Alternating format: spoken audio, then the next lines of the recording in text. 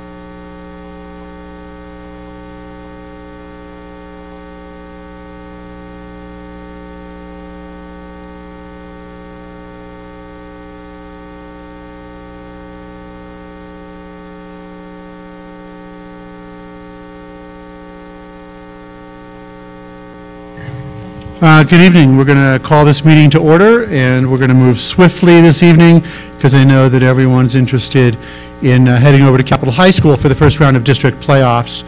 That other thing that's happening, no, we're not going to try to rush because of that. So anyway, let's go ahead and we're called to order. Let's do the Pledge of Allegiance to the United States and New Mexico flags.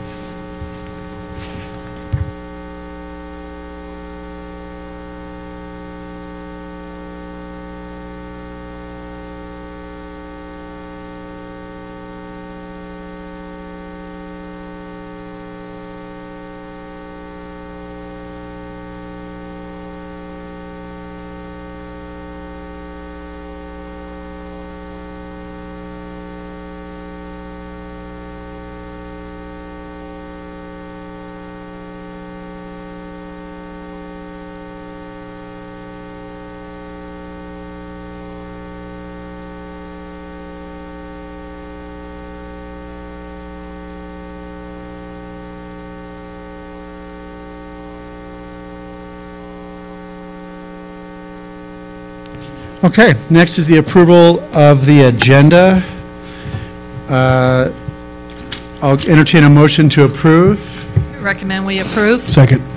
And is there any discussion? Have you guys looked over consent? Anything relative to consent that you're going to want pulled or anything of that? Yes, Ms. Price. I was not present for the October 23rd special joint meeting. Oh, great. So you'll be abstaining from that vote, the meeting's on that? Okay. I'll just do that, okay? Okay. That's fine.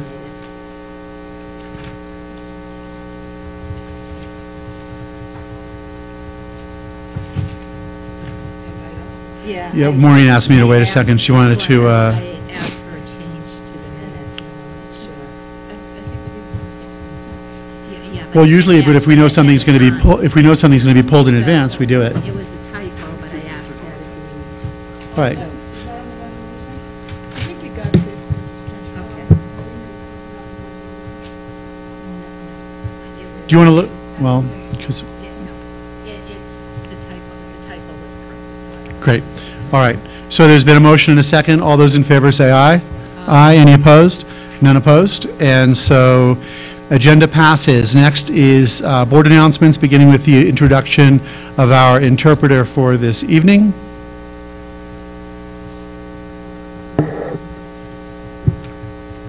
Thank you, Mr. President. Ladies and gentlemen of the board and Superintendent Garcia, my name is Carlos Martinez, and I am pleased to introduce myself as tonight's translator. Muy buenas noches, señor presidente, miembros de la mesa directiva y Superintendente Garcia. Es mi placer presentarme como el traductor de esta noche. Thank you very much. Thank you, Carlos. Any additional board announcements for tonight? Ms. Noble. Thank you. We do. For the thousands watching, there are still an hour and 25 minutes to get to the polls. Please vote. That's for sure. If you haven't voted, for God's sakes, man, what are you waiting for? Any other board announcements? Are both of you of age to vote yet? Oh, okay. That's right, you're juniors. Okay. So the only board announcement I have, there is actually, it's the first round of the playoffs in district. So if we do get out early enough, I would check and see how we're doing and go over to Capitol. We're playing Albuquerque High. And so people watching know the state tournament is the November 15, 16, and 17. And you'll see games in the paper, and depending on how we do this week, you'll see where Santa Fe and Capitol are seated and where they'll be playing in the state tournament. First round generally here, and then it's at the Santa Ana Star Casino. I don't even know anybody's names. Mr. Garcia. Mr. President, just a question to the night regarding the drawing. Was the drawing fixed? What drawing? The drawing that you won? No, it wasn't fixed, for God's sakes, man. I just actually wanted to congratulate you. For those people that don't know, he actually purchased a ticket for the Santa Fe High School cheerleading, and he won a couple of tickets and some spending money to the Dallas Cowboy game. Congratulations. Yeah. No, I just wondering if it was fixed. I bought a whole bunch of tickets, as I do every year, and this is the first time I've ever won anything. And he was there. No, yeah, Cowboys, Philadelphia. Sorry getting out there. I'll never root for the Cowboys or the Patriots, ever, ever, ever. But planning on going with a friend of mine who loves Philly, so should be a fun time. And honestly, I couldn't care less about baseball, so, you know, any sport that goes on 9 months, for God's sake. Anytime you need 170 games to know who's best, it's like, come on. You can do it in 100. Okay, regardless of all that, we can move on. Any more board announcements? Okay. Superintendent announcements. Thank you, Mr. President, and congratulations on your win. My announcements tonight: out-of-state travel, Santa Fe High School dance team, March 14th and 19th to New York for classes at New York City Studios, so that should be great fun for them. This is just to let you know that the early college opportunities went to Las Vegas, Nevada for Specialty Equipment Manufacturing 2018 show. So we're proud of them. Lights On After School Day was observed on October the 25th. Santa Fe Public Schools has a 4-year 21st Century Community Learning Grant for after-school enrichment programs for 14 of our schools. This is exciting, and the information is in your binders. National Computer Science Education Week is December 3rd through the 5th. In celebration of National Computer Science Ed Week, we will host our inaugural Digital Learning Expo for students to showcase innovative uses of technology and demonstrate acquired skills and talents. The expo will be held at Santa Fe High School's Toby Roybal Gym on December the 3rd from 5:30 to 7:30 p.m. That's going to be super exciting, and I hope all of you can attend. Among the groups attending are Cesar Chavez Elementary Scub Club, El Camino Real Electric Car Challenge, and there's going to be a bunch of robotics teams. Big prizes: Dell XPS 2 laptop computers, HP Pavilion 360 laptop computers, and appetizers will be provided by Real Burger Catering. We have this year a Golden Apple finalist, Brittany Behenna Griffith. She's a pre-K teacher at NYE. She's one of 16 finalists for the Golden Apple Award of Excellence in Teaching. So we'll know more about that this spring. Yes, sir. It is a state award. Statewide award. It's not sponsored by the state of New Mexico, but by Golden Apple Foundation. El Dorado Community School students chosen for the National Christmas Tree Ornament Project. Our kiddos are going to be making ornaments. They are one of 56 schools across the nation selected to decorate a tree, and it will be displayed in the President's Park. El Dorado participated in 2017. Another award for one of our teachers. I mean, it's like every meeting, one of our teachers, it seems like, is getting some great recognition, or staff or students. 2018 Grads Teacher Extraordinaire Award. Lauren Whitehurst, Grads Teacher at Capitol High School, received the award at the New Mexico Grads 2018 Fall Training. She was recognized for always doing her best for her students and being a valuable asset to the Grads program. So congratulations to her, and that concludes my announcements for this evening. Mr. Garcia? Just really quick, how are the El Dorado Community School students chosen to decorate the tree? You know, I really don't know. That usually comes from the feds to the public ed department, and the public ed department tells you. I remember when I was cabinet secretary, we would be notified that certain schools, were selected. That's actually great. And congratulations to the two teachers. That's an excellent award. It'd be great if the New Mexican could actually print some good news of what the schools are doing out there, and how good these teachers are, as well as the different opportunities that they have and what they've applied for. Award-winning teachers, I'm just really proud. Thank you, sir. Thank you. And then we have student board announcements now. Would you like to begin tonight with Capitol High School's going-alons? So to start off, we currently have 24 new National Honor Society members, including myself. And we're all preparing for AVID demo school revalidation next week. And there is also free ACT testing sessions during the school day for 200 seniors. And lastly but not least, our theater department placed first in the state for monologues and duet acting. Way to go, Jags. Way to go, Jags. Right? Okay, so I have quite a lot tonight, actually, so bear with me. For Santa Fe High, we had 478 students make the first quarter honor roll.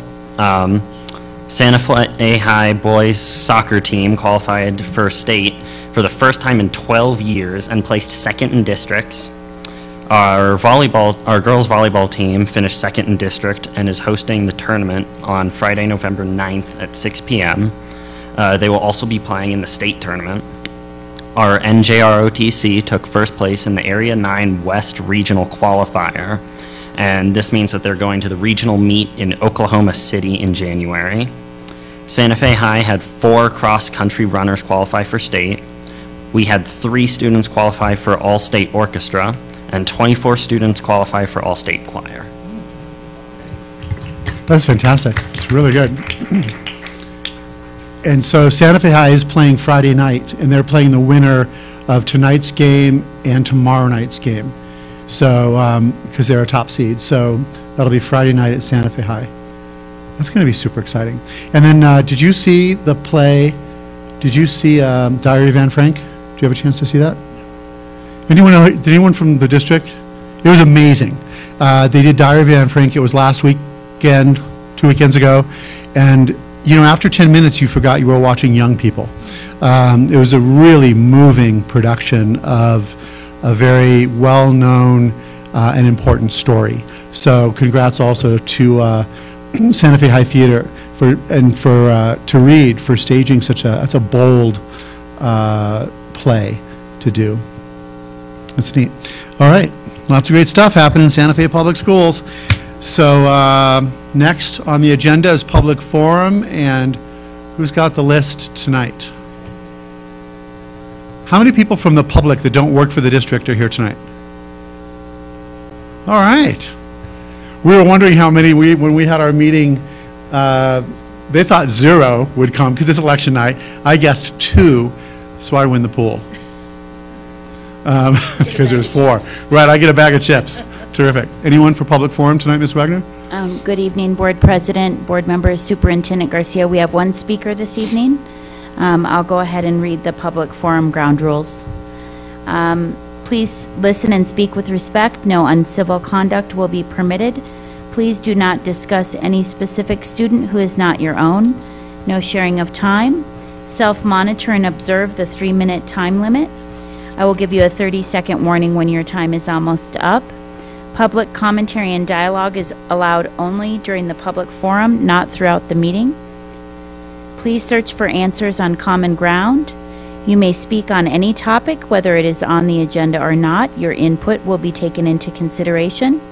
Please be advised that the board may discuss your issue during the meeting, but by law, the board cannot take action on items that are not on the agenda. Again, we have one speaker this evening. Ms. Sarah Guzman is behind me, I believe, and I'll hand her the mic. Terrific. Thank you, and welcome, Ms. Guzman. Hi, good evening. So my daughter is a kindergartner at Acequia Madre, and I'm the proud mommy. So we're a transfer student, so I feel very lucky to be there. And so I'm here tonight to invite you, as a member of the PTC, to invite you to a night with our stars. It's Saturday, November 17th, so in 11 days. And we just wanted to extend an invitation because you work so hard to make our public school so great in Santa Fe. And this is a great night to show off the talent of the local students at Acequia Madre. So kinder through 6 will be performing, and we'll have a live auction of the kids' art, which should be lovely as well. It starts at 5:30 p.m., and it's at Peter's Projects at 1011 Paseo de Peralta. The tickets are $45. It's one of our major fundraisers for the year. Acequia Madre raises about $100,000 each year, and most of that comes from the community and the parents that attend there, and over 50% of the students are transfers. I think that number is closer to 70. So just, I wanted to extend that invitation, and again, it's November 17th at 5:30.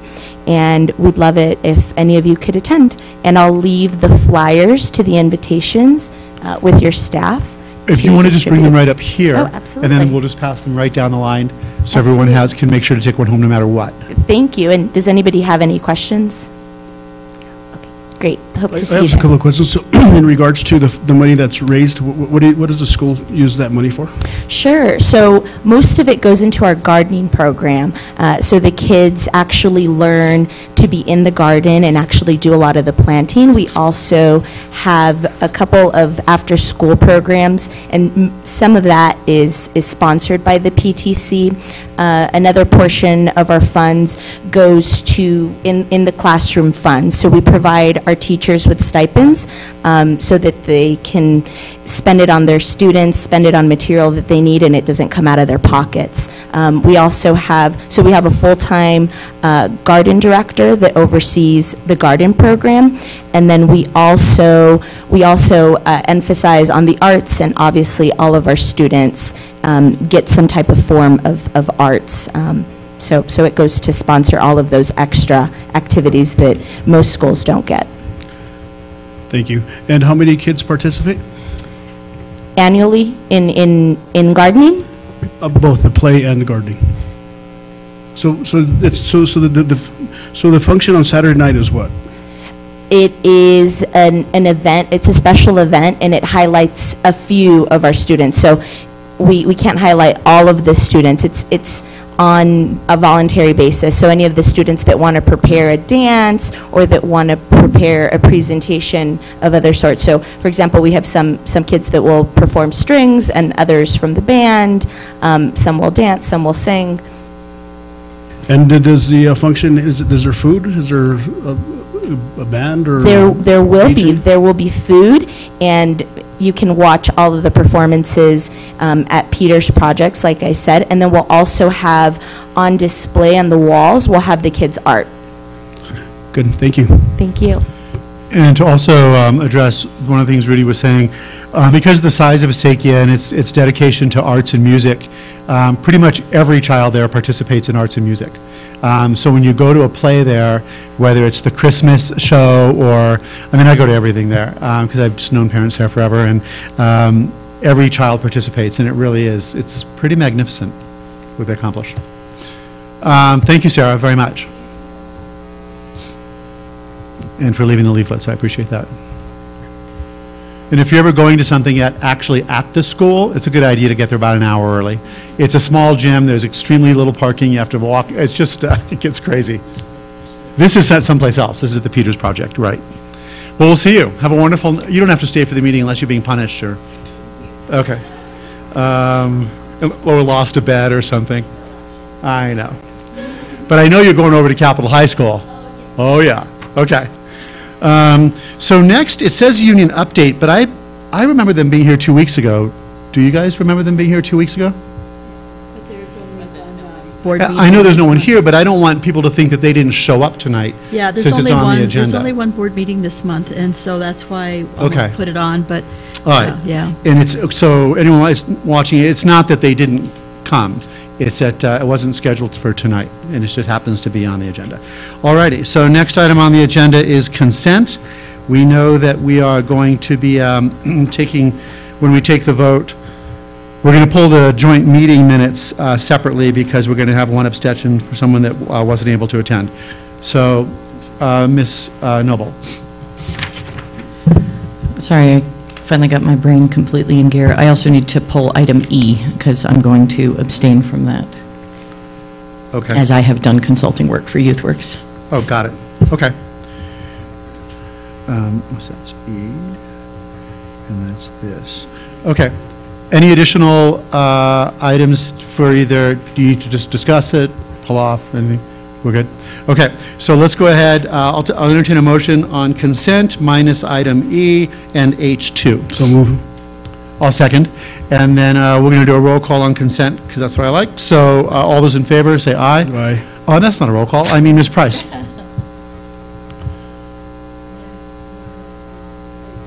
Oh, yeah. Ms. Noble? Yes. Mr. Garcia? Yes. Ms. Cashman? Yes. And I vote yes. Passes unanimously. So then, item 7E, the proposal 3 for supper meals, 21st century. Yeah, we're going to vote on that and the other. And so Ms. Noble asked that she abstain on this. And I just want to say for the record, I'm not currently being paid by YouthWorks, but I do sometimes informally advise them. So. Okay, terrific. So we're going to vote on this as well. Motion to approve. So moved. Second, and I'm not going to do a roll call on this one. So all those in favor of proposal 3, say aye. Aye. Any opposed? And for the record, Ms. Noble has abstained for the reason she just gave. So item 7H2 is the minutes specific to October 23rd. That's the joint meeting that we had over at Turquoise Trail Elementary, so we could celebrate the schools coming together and reaching a solution on our differences relative to the property. So we're going to vote on those meeting minutes separately. Motion to approve. So move. Second. Second. Great. All those in favor, say aye. Aye. Aye. Any opposed? Abstain. Abstaining. Ms. Price, she was not able to attend the meeting that evening. Terrific. We're moving on to board update and follow-up. Board, do you all have anything to update or follow up on for tonight? Okay, next item on the agenda is superintendent update and follow-up. And Dr. Garcia. Thank you, Mr. President, members of the board. On the 40-day count, Wanted to let you know that the district count for this year is 12,440 students. 12,440 students. We had 12,651 last year, so this accounted for 211 students lost. It was interesting, the gains and the losses. The 4 schools that lost the most students were Milagro at 87, Amy Beale at 70, Chavez at 54, and Aspen at 39. Schools that gained the most membership, though, they're coming back at the high school. Santa Fe High added 91 students, Ortiz Middle School 60, Ramirez Thomas 21, and Pinon 20. On October 10th, the 10th day of the count, we had 30 students listed as no-shows. Last year, at that same point, we had over 200. So, I think it's sort of leveling. So we'll see where we are for next year. Next year's enrollment, we're projecting 9 actually less than this year, and I question that a million times. So we'll see. If the projections are correct. While they're not building at the elementary, the projection is more coming at the high school and middle school as we roll the students up. So we'll see how that plays out. I have a question. Mr. Garcia. So regarding the no-shows, what no-shows, that means they didn't show up to school? Do we follow up with them? Oh my goodness, yes. We have to make 5 different contacts. Phone call, try to make a visit, or certified mail. I mean, there's a considerable amount of documentation that has to go around no-shows, and the fact that we had so many less this year, I think is really a very good point. Thank you. So on that specifically, before Ms. Cashman, when we have no-shows, do we report any of that to CYFD? We have to report the no-shows to the public ed department. If in fact the school is aware that there is a student, that there is a flag of some sort, then we do make that follow-up, even though it's not required. It's something that we have done internally. Okay, great. Terrific. Thank you. Ms. Cashman? Superintendent Garcia, on the 40-day count, is that, last year we received a spreadsheet and it was by school and grade. Is that how you're doing it again this year? Yeah, so we have the documents. So could you provide it to maybe you? Yeah, we'll email it to you all. Email it to us? Thank you. I Yes. appreciate that. Any other questions about the 40th day count? Okay. I'm still going on. Yeah, okay, go on. School site capital outlay request. You had asked us to still go ahead and vet that and give it to you So in there's case nothing you in our had a folders on legislator asking you about Okay, that. thanks. So you all have a copy of that. Ms. Wagner and her team went through as you're requested at the legislative breakfast. And then around the Ms. Cashman? So have we forwarded this to our legislatures yet, or wanted to to, legislators? what we thought we would do is to see if they had a request, because remember our big one was the we wanted the 250,000 for the generator, and what I thought your direction was to have this in case legislators made requests. We can certainly send this to our delegation if you would like, if that's the pleasure of the board.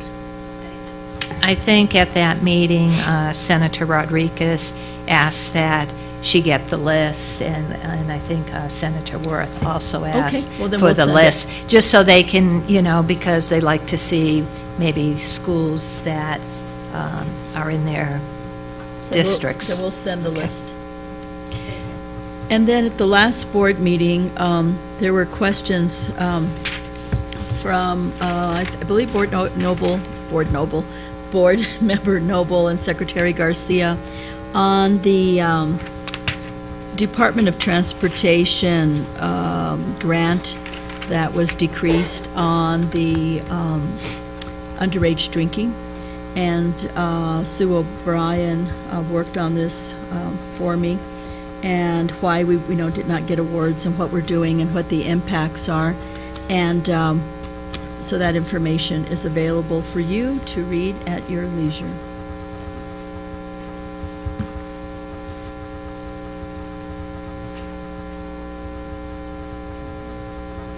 Am I short? Oh, I think we need 2 more. Here we go.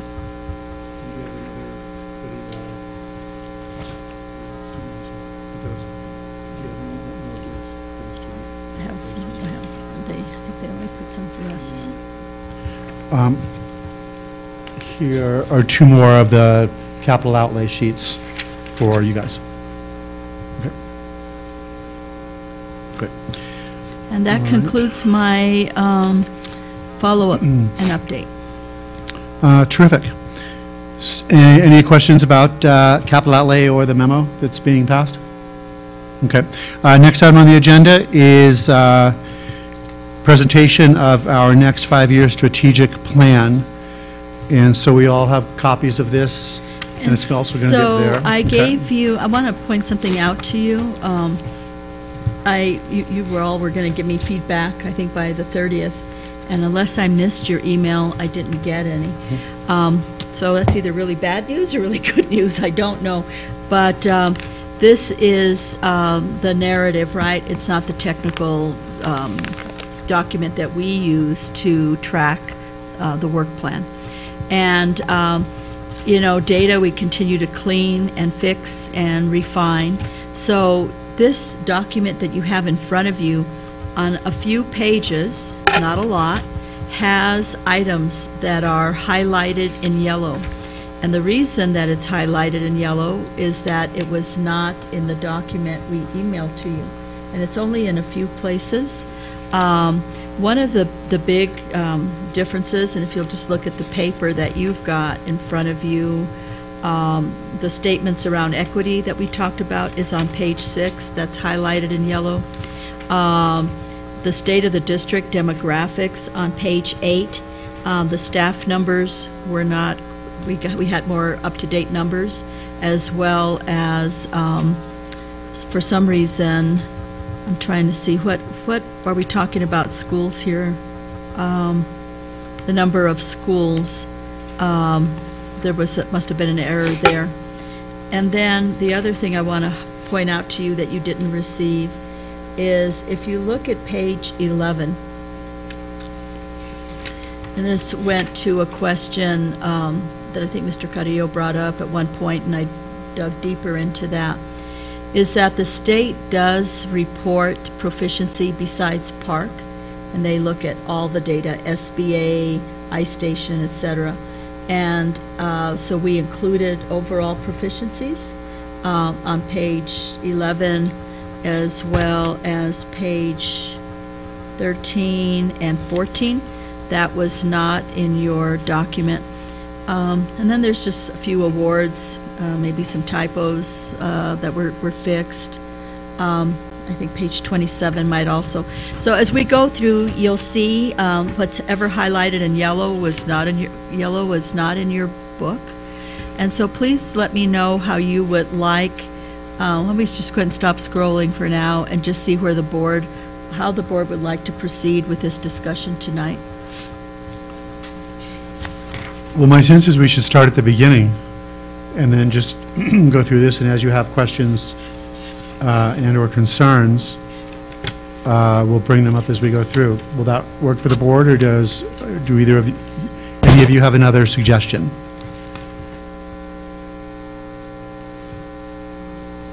Ms. Cashman? I don't know. I guess I had looked at it. I didn't get back to you comments, but at our meeting, I did go and look at it, and I'm pleased with the strategic plan, so I don't necessarily need to go by page, but maybe other board members prefer that. Oh, and I do have one comment, if I may, Mr. Of course. President. When we look at what we expect to grow around proficiency, and I might ask Ms. Rael to come to the podium because she's been working with this at the state. We checked with a group it's not on the page. It's, you know, basically we talked about, I think we said 40% we had set as an aspirational goal, which is even low, and I get that. But we're talking about moving large scales of students and what is statistically viable. And I wanted to get that information validated by someone outside of the district so that it wouldn't be, well, okay, Veronica Garcia, you're setting the bar really low so the district can hit the target. I want to make sure that I'm giving you something that is correct. Keep in mind that the state very well may change this test in another year, and we may have a whole new accountability system. So Debbie, I charged Debbie with, we talked to some people at Harvard, we talked to some people at UNM, and we have some other ideas, but can you share with them your quest and your observation about setting these appropriate targets? And we haven't given up, we're still going to do that, but I don't have it now. So, Mr. President, members of the board, Superintendent Garcia, Dr. Garcia did ask me to look into this. We did reach out to 2 groups. One was the Cradle to Career group out of the University of New Mexico, and the other was called the Coro group that is connected to Harvard with the DataWise work. Both requests to these groups was to take our district park data and create a regression analysis to understand what is viable, realistic growth targets based on park data. Both groups offered to submit proposal to Santa Fe Public Schools. As of this week, the Career to Cradle folks have indicated they cannot complete this study because of capacity on their side. They do not have the bandwidth, if you will, to complete this work as of right now. And the Coro group is getting back to me by this coming Wednesday with a proposal whether they can complete this or not. They gave you an estimate of what, about two months? Yes. To actually complete it? Thank you, Dr. Garcia, Mr. President, members of the board. Both groups are indicating this work would take 2 months, maybe longer, given the holidays, upcoming holidays. They also are very clear that there has to be some clear MOUs put in place around data sharing, and then, of course, some negotiation around contract costs. So in the foreseeable future, it could take time. When you're dealing with big companies and or bureaucratic entities, it does take time, and we know that we're looking forward to what the Coro group will offer. At this point in time, we're also trying to think about who else within our state or even outside of the state can help us come to these conclusions.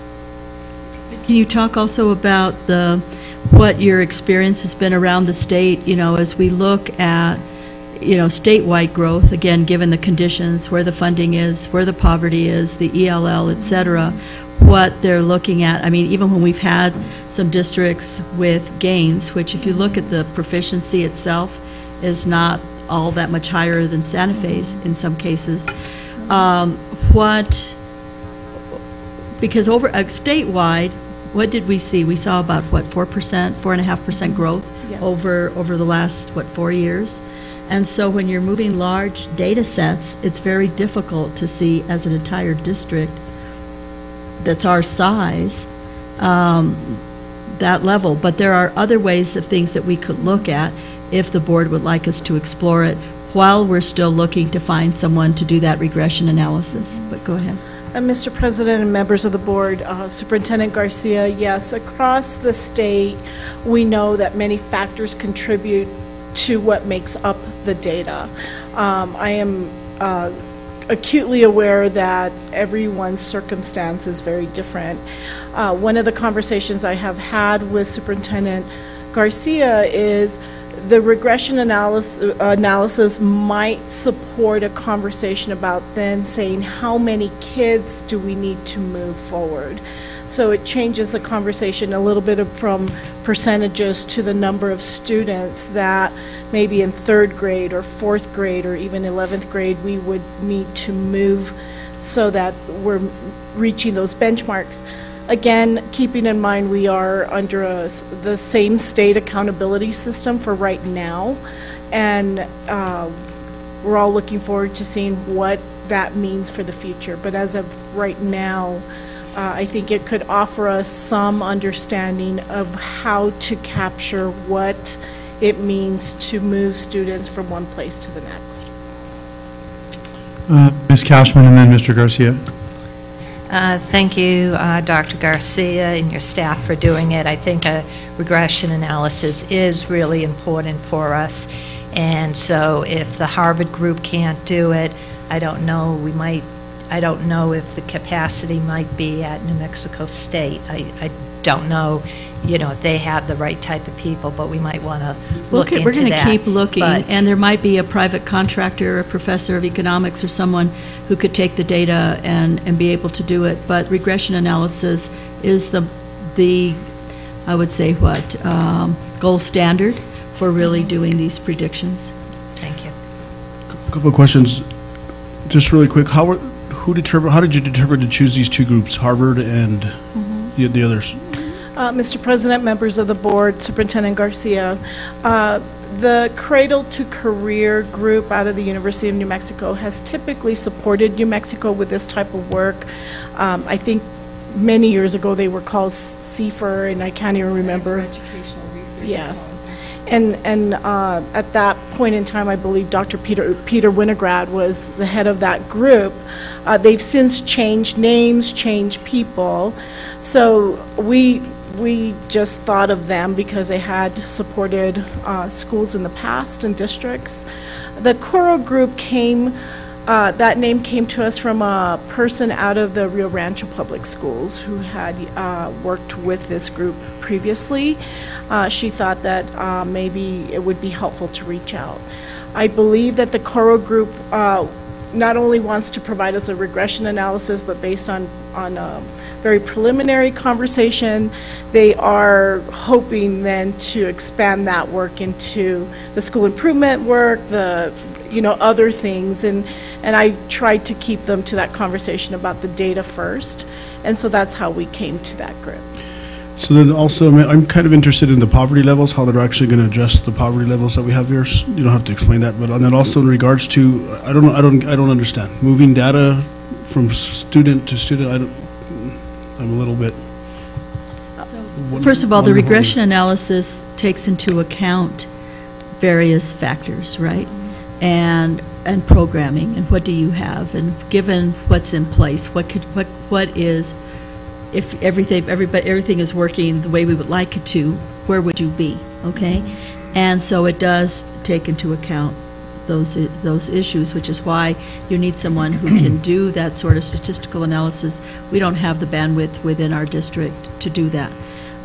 As obviously you can see that you're having to go outside to these other kinds of organizations.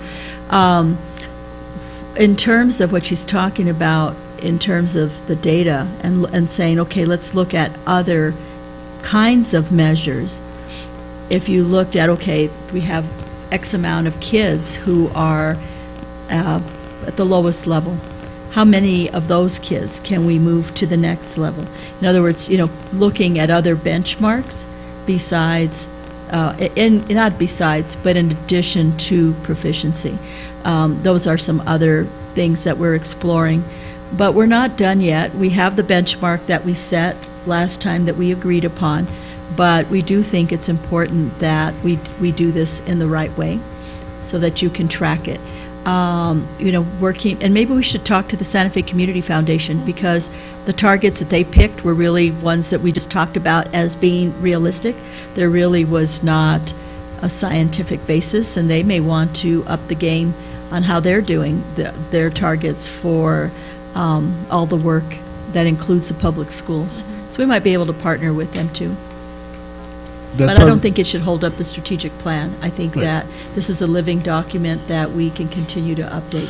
So once again, this is student success, district success. It's all so built in, we're right? looking at how it builds up, right? So, we're working with each school, and we've been meeting with them individually. We're doing a lot of site visits. I mean, that'll be another presentation of the work that is happening around school improvement in our district, because we're at this next level. We've been doing a lot of foundational work, which we will present to you at some point.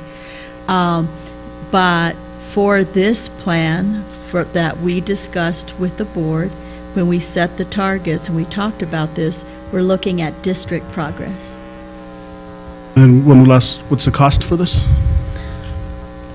President Carrillo, members of the board, Superintendent Garcia, at this point, no cost has come forward to me regarding from these two groups.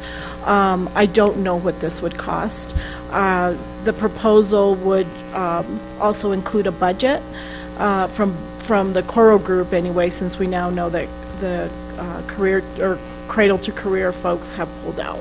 So I don't know the cost as of right now. But we'll continue to search and try to get, the best deal, hopefully working with the universities. We're also, I don't know, you would know now, Ms. Rael, are we part of CEDL or are we part of an REL in terms of the state? Yes. Which one?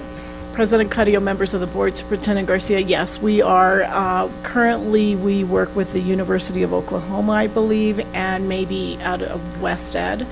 I don't know their capacity to support this type of work at the district level, but certainly at the university level, we could ask about what's available. And then really quick, so you already have a scope of work that's actually going out, so is this an RFP process? Or just, how are you doing that? Yeah. President Carrillo, members of the board, Superintendent Garcia, no, I have not created any RFP. This has purely been a conversation seeking out and trying to understand who is available to do this type of work and what's the process that they might require for us to consider as we move forward to an RFP process. Thank you. Thank you. Thank you. Also, regarding the strategic plan, I don't feel that I need to go through it page by page. I agree with Board Member Cashman. Ms. Noble or Ms. Price? I don't feel we need to go page by page. I have a few questions and thoughts. Go ahead. So on Pillar 1, I'm guessing this is a much more detailed pillar than the others because it's the core business. And that's great. And I appreciate a lot of what is in here. And I would like to say that you have struck, I think, a pretty good balance between distinct numerical objectives and sort of higher level goals and understandings as to where things need to go. So I think it's very well done and avoids some of the issues that we saw before of things being uneven. Well, you gave us really good feedback on that. We listened. So one question I have is about the Reading First Santa Fe initiative. Just having spent the last few days of last week at an early childhood conference nationally in New York City, there is clearly a great deal of concern of not allowing kids to learn to read with the passion so that they will then read to learn, and that there is basically developmentally appropriate curriculum for young children. So can you just speak to that and the Reading First initiative, and are we drilling kids or how does it work? So I hope we're not drilling kids. We've actually started this work since last year and building the foundation for this work. Ms. Sink, we don't have the slides, and we also don't have the technical work plan that has all of the steps. But do you want to do a high level for the board, please?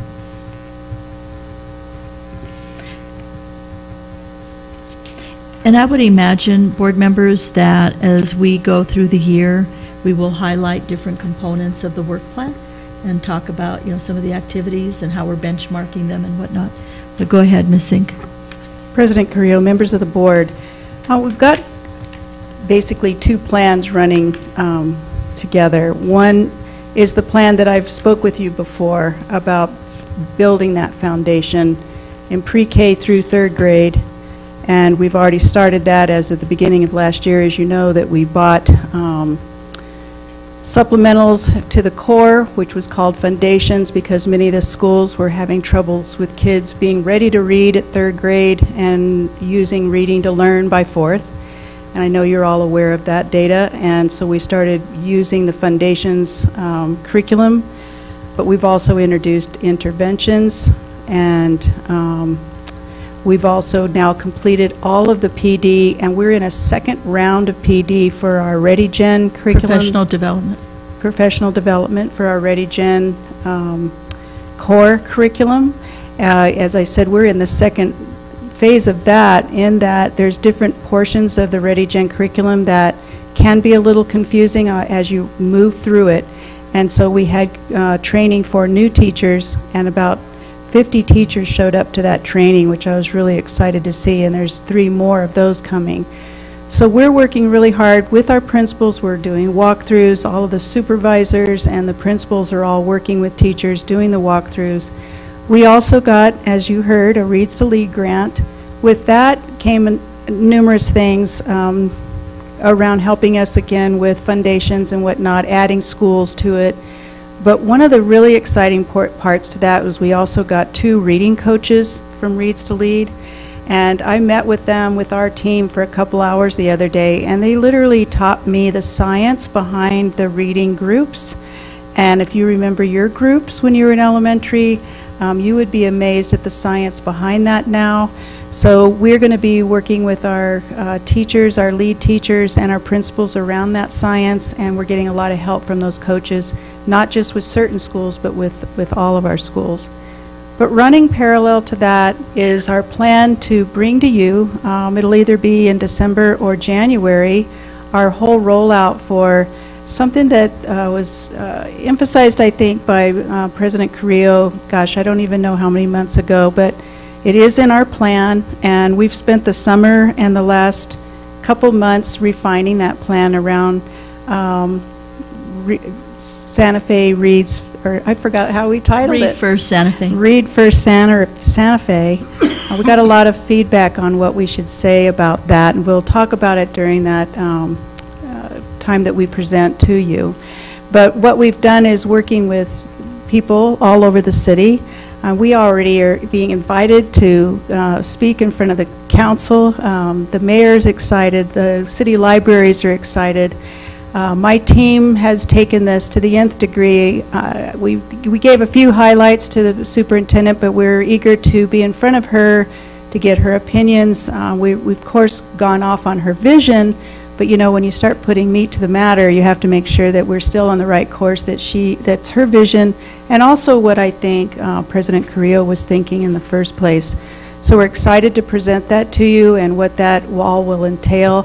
But basically, it's going to be, I think, a big to-do, if you will, in Santa Fe, and that all of the city can be involved in this, that it really does take more than even our school district to really help kids get to the point where we want all of them to be reading at third grade. I mean, that is our goal, that they're all reading at third grade. So I don't know if you have any questions at this point, but I will come back with details on that project. Garcia? Just really quick, could you tell me in a nutshell how the science is different than when I learned how to read? She explained I don't know that the how science, old you are. I'm just kidding. Don't look at my hair. That doesn't tell my age. She said there's a whole brand new science in teaching a kid how to read. So I was just or do you want to wait till we see the presentation? I think I'd prefer it because I'll have experts up here on reading at this point. I can fumble my way through, and I would probably be too general and not give it, you know, what it's due. But I think when we come up here, we can give you a great idea, because we're even going to have in one of the slides what we say is the most scientific look of a reading classroom when you walk in and what you should expect to see. So we're basing this all on expertise that we have this, you know, today, and you'll be able to compare it with what you had when you were growing up. I had C-Spot, you know, the bluebirds and the redbirds, and I did read by 3rd grade, but Thank you. at That's any fine. rate, we'll show more. Thank you. Additional, yes, Ms. Noble? So I think that sounds wonderful, and there's certainly been a lot of talk, and there was at this conference, about how the whole community can support and 30 million word gap for young children by kindergarten, that sort of thing. So that's really great that you've imbued in the community. And I guess just, I can wait for the presentation, but to put a finer point on my question, how are we ensuring that in 1st grade in particular, that we have developmentally appropriate curriculum? And that's the science behind it. It does have to be developmentally appropriate, but what we have to remember, and this is where, you know, we are pushing, you know, that as many kids as possible can read by 1st grade. If they're not, hopefully they'll be in K3+, so that they can get additional support over the summer. But there are some children developmentally where they start. Now, I could tell you, yes, this kid's reading, and they have word recognition. That is not reading, okay? And there's many groups that say, oh, we can get kids reading, you know, I can get them jumping 3 levels. And okay, well, you know, it depends how you're defining reading. And how reading now, I think, is measured, and what we're looking at is also the comprehension, the fluency, right, context, and that depth, right, of understanding in context. So our kids come to us at various levels, and we want to accelerate that growth.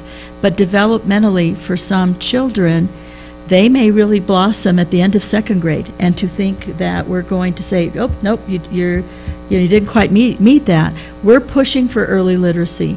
That would be terrific if most of our kids can read by the end of 1st grade.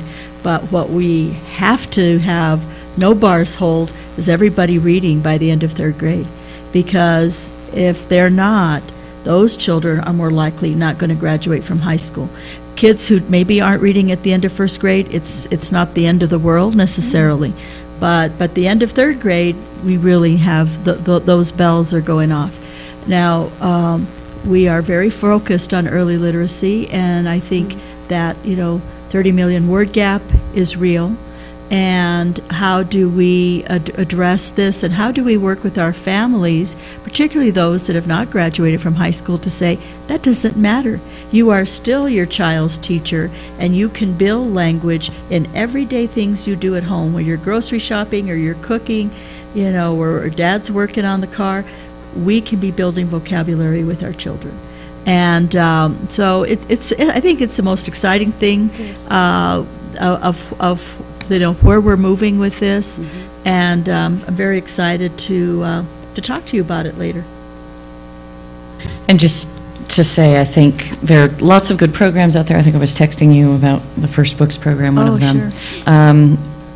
But it's also, and I do feel strongly that we should be careful about defining our terms. When we talk about reading by 1st grade, we're talking about the end of 1st grade, what you mean by reading, and not just word recognition. And this is something, as I have a 2nd grader who's, you know, fast approaching the middle of 2nd grade, and it has exploded in the months since 2nd grade began.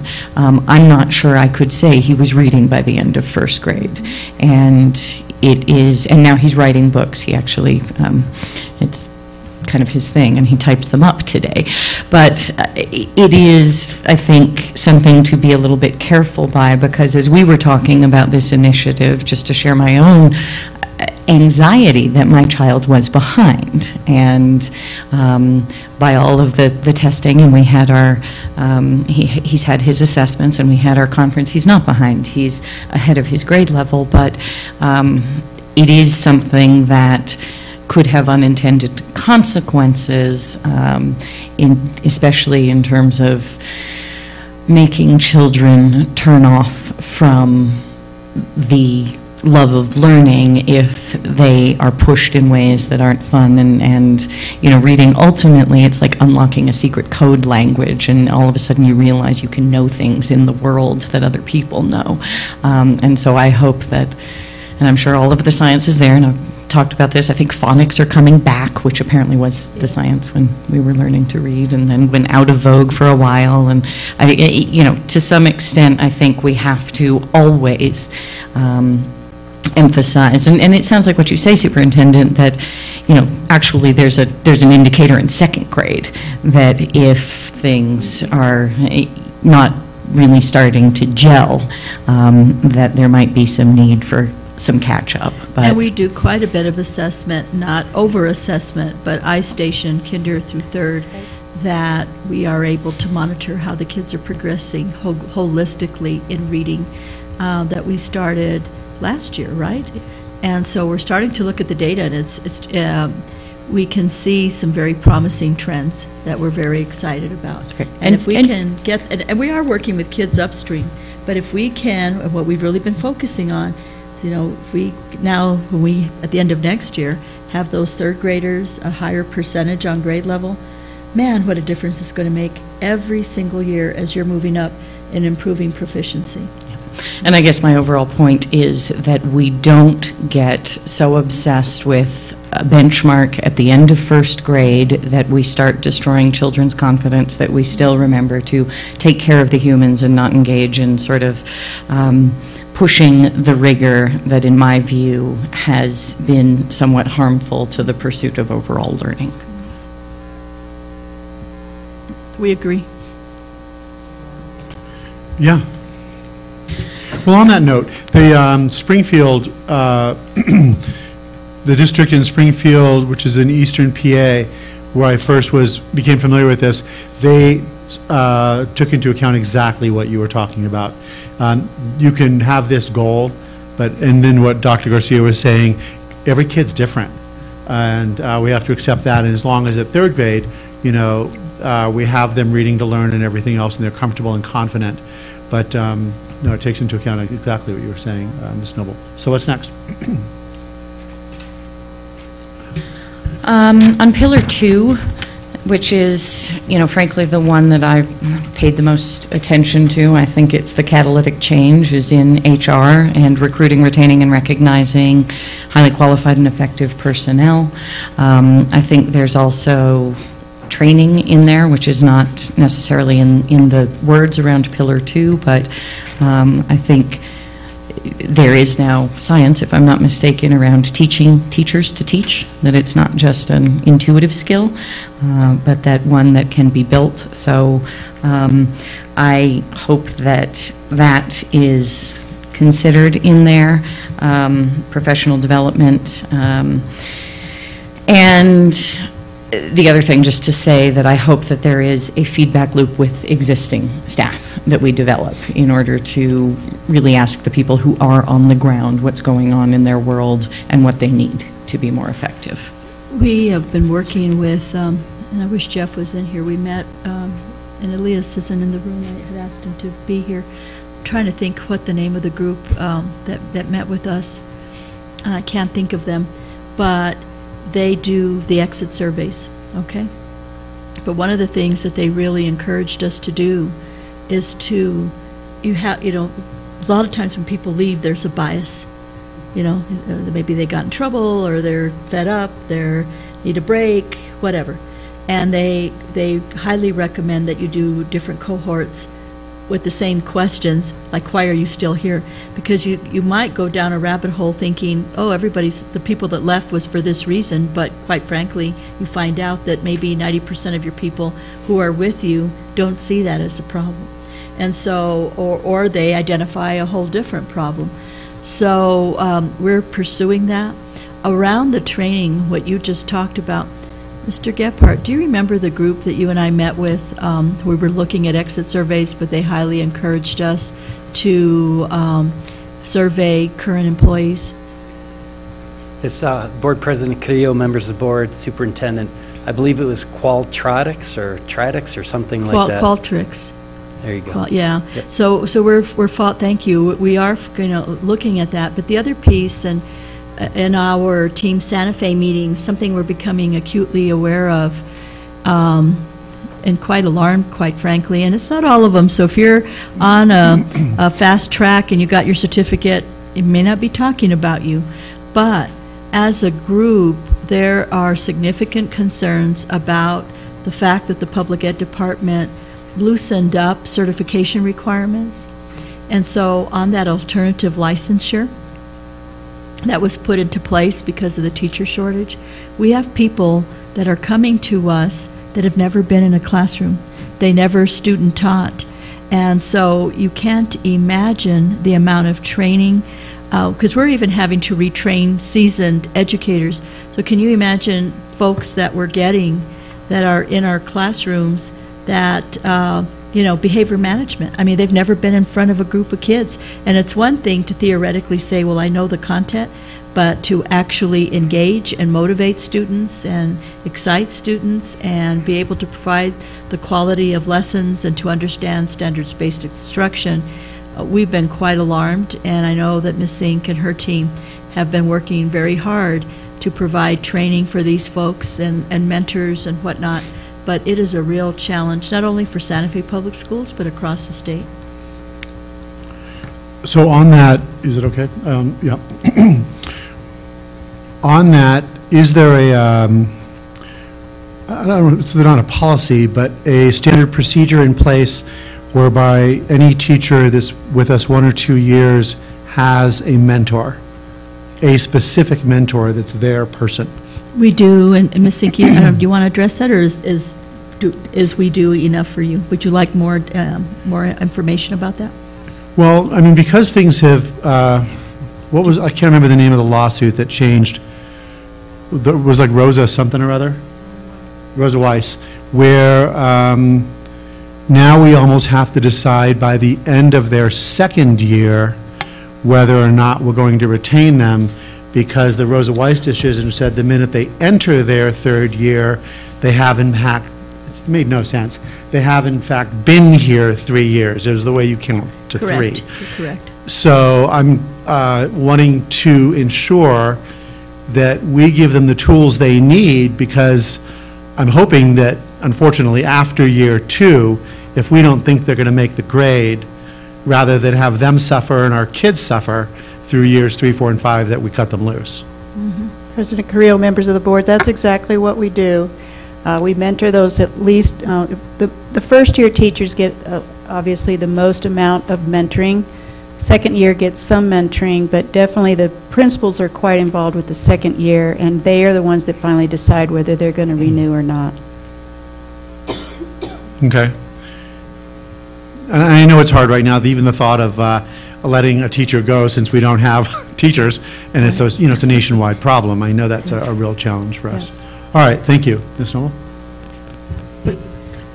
And something I've just heard over and over again from informal conversations with people involved in the schools is the desire to work together more, which I think, some of this I realize it's broad brush language and designed to be so, that we're talking about recruitment and a program to retain employees. And at some point when it's appropriate, personally, I would love a presentation or some sort of information around what we're doing around the retention. And that sort of thing, but we'll leave that. So on that, I'm sorry, Okay. so on that specific thing, they're using, like, especially at the elementaries and middles, they're using a portion of, I think it's on Friday afternoons, where they're all coming together. So in those circumstances, first and second year teachers would also then have their peers to help lift them up and address concerns, yes? In their professional learning communities. TLCs, that's right. Mm-hmm. I couldn't remember the acronym, right. And there's so much crossover, right? Because working conditions, we know the quality of the principal. One of the things that we've really focused on this year in particular with Team Santa Fe is providing as much support as we can to the principal so that they can be in the classrooms more and be the instructional leader and be there for their teachers and providing that support. And so there's many things that are around retention that may not be in the HR pillar but cross over into yours, into Pillar 1, as well as in the community engagement work. And so we're all teaming around this. And so as we go through the year, we can pick different sections as the board would like more in depth, and we can talk about it and how we're benchmarking it and Yeah, it's really exciting work. I mean, you know, we are doing it even though you haven't approved officially the plan. You know, we had to, you know, we're doing a lot of the work already, and it is exciting. We're all very jazzed about it. On this, because you're going on from something other than HR, or you're still on HR? I'm just curious on onboarding. It doesn't have to be tonight, but is there like a, I don't, Lisa, I don't see him. Is there like a checklist you have, like when someone, like, I can't believe it's like, do you have a checklist that you're using for new hires? Because I remember in Pauhegan, was that it? Pewaukee. Pewaukee. It sounds like Pewaukee, but it's Pewaukee. Pewaukee. I always have a trouble with that. That was Pewaukee, Wisconsin, the district that Susan and I experienced, around onboarding, around doing all those things, and they had a checklist of things they did, also relative to not only what happened in schools, but what happened in the community, to make sure that these people really felt embraced. Now, granted, they only had like, 2,800 in their community, but we're a small community too. So is there some sort of tool that HR is using around onboarding and a checklist, if you will? Well, there's I'm certain they have a checklist, or it's in a database of the basic things that have to happen when you're onboarded. But I think we could probably take it to another level of just ensuring that they have like a directory and they know how to get their ID card. And, I know that schools do a lot of that, and there's checklists right on the dashboard of what they have to do. I know it's scaffolded down what the principals have to do, but I think that's a good suggestion. It's something we need to take a closer look at. Well, it worked. The thing about Pewaukee that was different is it went outside the district. The community played a really big role. And so in the same way there may be a teacher mentor for someone, there's a community mentor. Making sure that they're assimilating, because Santa Fe could be a big shock to people, especially coming from the east or different places. It's a small town, and New Mexico is different. But so the community piece, and maybe that's something that can be considered and worked on, maybe even with the chamber, where they have a community mentor to make sure that they're easing right into life in Santa Fe. Did you write that down? You have people. All right, Ms. Noble? Okay, moving swiftly along. Oh, and just one other thing to say about the teacher cohorts is, again, anecdotally, just hearing that some of the teacher evaluations have really created a spirit of competition that didn't used to exist in the schools, and that is destroying some morale. And so, anything we can do to, whether it's professional learning communities or just encourage that. The evaluation system, also because of, the merit, I guess what accounts to is merit pay, and to some degree, right, and the bonuses. I know has demoralized some people. Yeah. And so we'll see what changes in governance happen at the state level to better affect what because we have very little control over that, while we do our best. And we're going to be in classrooms a lot, but what we're really communicating to our teachers is that when we're doing walkthroughs and whatnot, we're not evaluating them. We are looking at how to improve the best practices within a school around the state, around the district. But their formal evaluations are fairly standard in terms of what has to be, what they're looking for. And to be able to evaluate, you have to be certified you have to go to a training and actually be certified to do, I think it's New Mexico Teach, right? They have to be certified to actually do the evaluation. So it's very uniform. And some people like it, and some people may not like it so much. So we'll see what kind of system we get in the next couple of years. I don't expect radical change in this first year.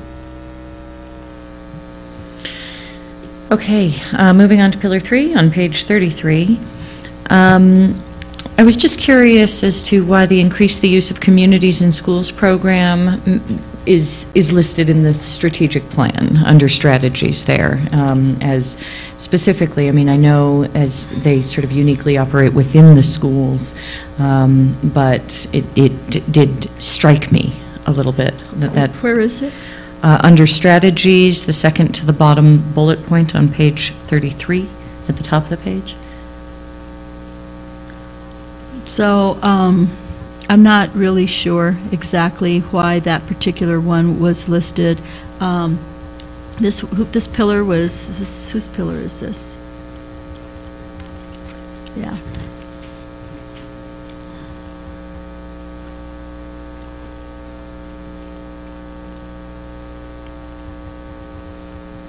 If I'm not mistaken, we work with a lot of nonprofits and with the durability of a strategic plan and, you know. Board President Carrillo, members of the board, superintendent.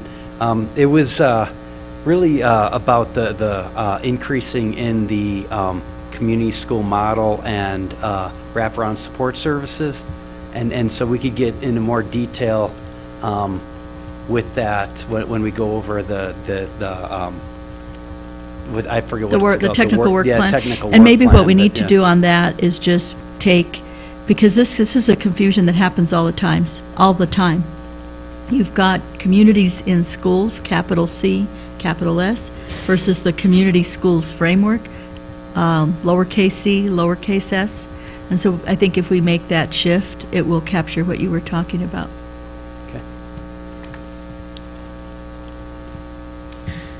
Moving swiftly along to Pillar 4, just to say under the strategies, I would love to have us name explicitly anti-bullying. You know, this looks really good, but we've talked and spent a bunch of time in the first go-round on the strategic plan around anti-bullying. I know the PACS appears under Pillar 1, but just to say that to me is a really important piece of how we're keeping our schools safe. Now, the anti-bullying, right, Ms. Sink, do we specifically talk about it in Pillar 1?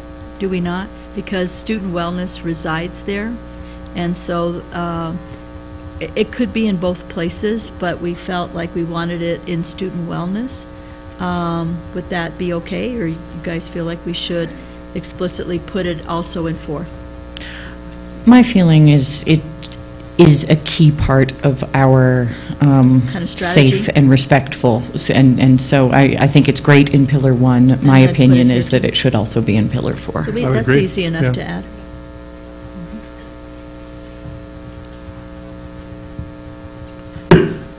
And lastly, I'd just say I'm very excited about Pillar 6 and the attributes of a graduate. It can be some groundbreaking stuff. Human-centered design is certainly gaining a lot of chatter in the business community, and a lot of important idea people are really getting behind the idea of human-centered design. So I think that that's great. And also, I just hope before we really print or put it out that somebody does a good copy at it. On page 37, we have SFPS, and there are just a few other typos and things. So we'll look at that. For SFPS. Well, what do you, on 37, where you? Highlight in order for SPFS. SPFS, there you go. Yeah, we'll do another hardcore edit. 37, I was on 38. I also want I can't help it, I was raised by an English teacher. Well, and I would say also on the pillars of a graduate, on the attributes of the graduate, when we again get to present to you, we're working with some outside groups on how do you measure, and we've aligned them to the ITSE standards and Career Technical Ed standards. I'm going next week, actually. I need to get my form signed. I've been invited, they're paying for it, with Future Focus Education, to go to New Hampshire, which is one of the 2 states that have taken advantage of the ESSA flexibility on evaluation and on assessment for learning versus assessment for sorting, and looking at how can we take advantage of now what's happening in the state, and for Santa Fe to be poised to be ahead of the game, And what we envision is that as we look at our kids all the way going up, but particularly our high school students, that they would have an ability to demonstrate not only through a park exam, but in other ways to demonstrate that they have those skills that we as a community defined as the attributes of the graduate. And so it's really is, I think we're getting ahead and being a leader in this work, and I'm very excited about it. I think it's a good thing for our young people. I also think it's a great way for indigenous communities to be able to demonstrate that, you know what, I am ready for the workplace or for a career in my community. That is not always captured via park score. And I just want to congratulate you, Superintendent, and all the staff in working on this. I think it's really great. And as sort of, I guess, a final question from me, I would ask, how do you imagine the strategic plan being used by the board, and how can we make this a tool to keep us on track as a board? So what is my hope that we can use it not only in our work with the board, but also with the staff. And also I want to take my hats off to the staff. They've worked super hard on this. They've done a really, really good job. And Ruth for putting this together and making it look beautiful. It does look great. And saving us a lot of money. But what I hope is that, let's say there's a new initiative that a board member brings forward, and we look here and we say, okay, it fits under Pillar 1. Well, that's the first cut. But then I think we need to look at the technical plan and say, okay, as we look at our priorities and timeline, this is what we're working on trying to get done this year or the next 3 to 6 months. As we look at what's next, do we want to prioritize that and move that up? Or do we want to put, where does it fall? So that we, because I think we forget that there's a whole bunch of work going on, and I really do my best with a strategic plan and a work plan that this will be looked at our cabinet meetings, particularly the technical work plan. The departments will be doing it with their staff. I like these to be a living document. I don't like to do a strategic plan. We did it and we put it on the shelf, and then a year from now we're looking at, okay, do we make the benchmarks and scurrying around to get the data? I want it to be a real thing. And so I think we can work on that together, and I think it will help us better prioritize the work so that maybe what we thought was a top priority right now, a year from now we're going to say, you know what, this initiative will probably move this goal quicker, and we're going to prioritize differently, and we're going to move it up, and we're going to move something else down, or we're going to take it off. And so I think it will be a collaborative process to help guide our work as we move forward. Thank you. And I guess with that, would say well done, and I'd like to move for approval with the amendments and changes as discussed. Yeah, I credited also Harvey had some questions. Does somebody want a second for more discussion? Second. All right. Go ahead. Thank you, President Creo, Superintendent Garcia, members of the board. It wasn't necessarily a question that I had so much as back on the topic of teacher evaluations. My opinion on the issue is that I've seen some of my best teachers suffer on those evaluations because of behavior of students that just they can't control. And at the same time, I've had some of my worst teachers completely change their strategy for the day. So while I can't speak for what numerical data we have from how these have been implemented, I feel negatively about how they've been implemented, at least in my school. Because while most of my teachers will do fine, there will always be, my worst teacher completely changing everything, which I do not feel reflects accurately.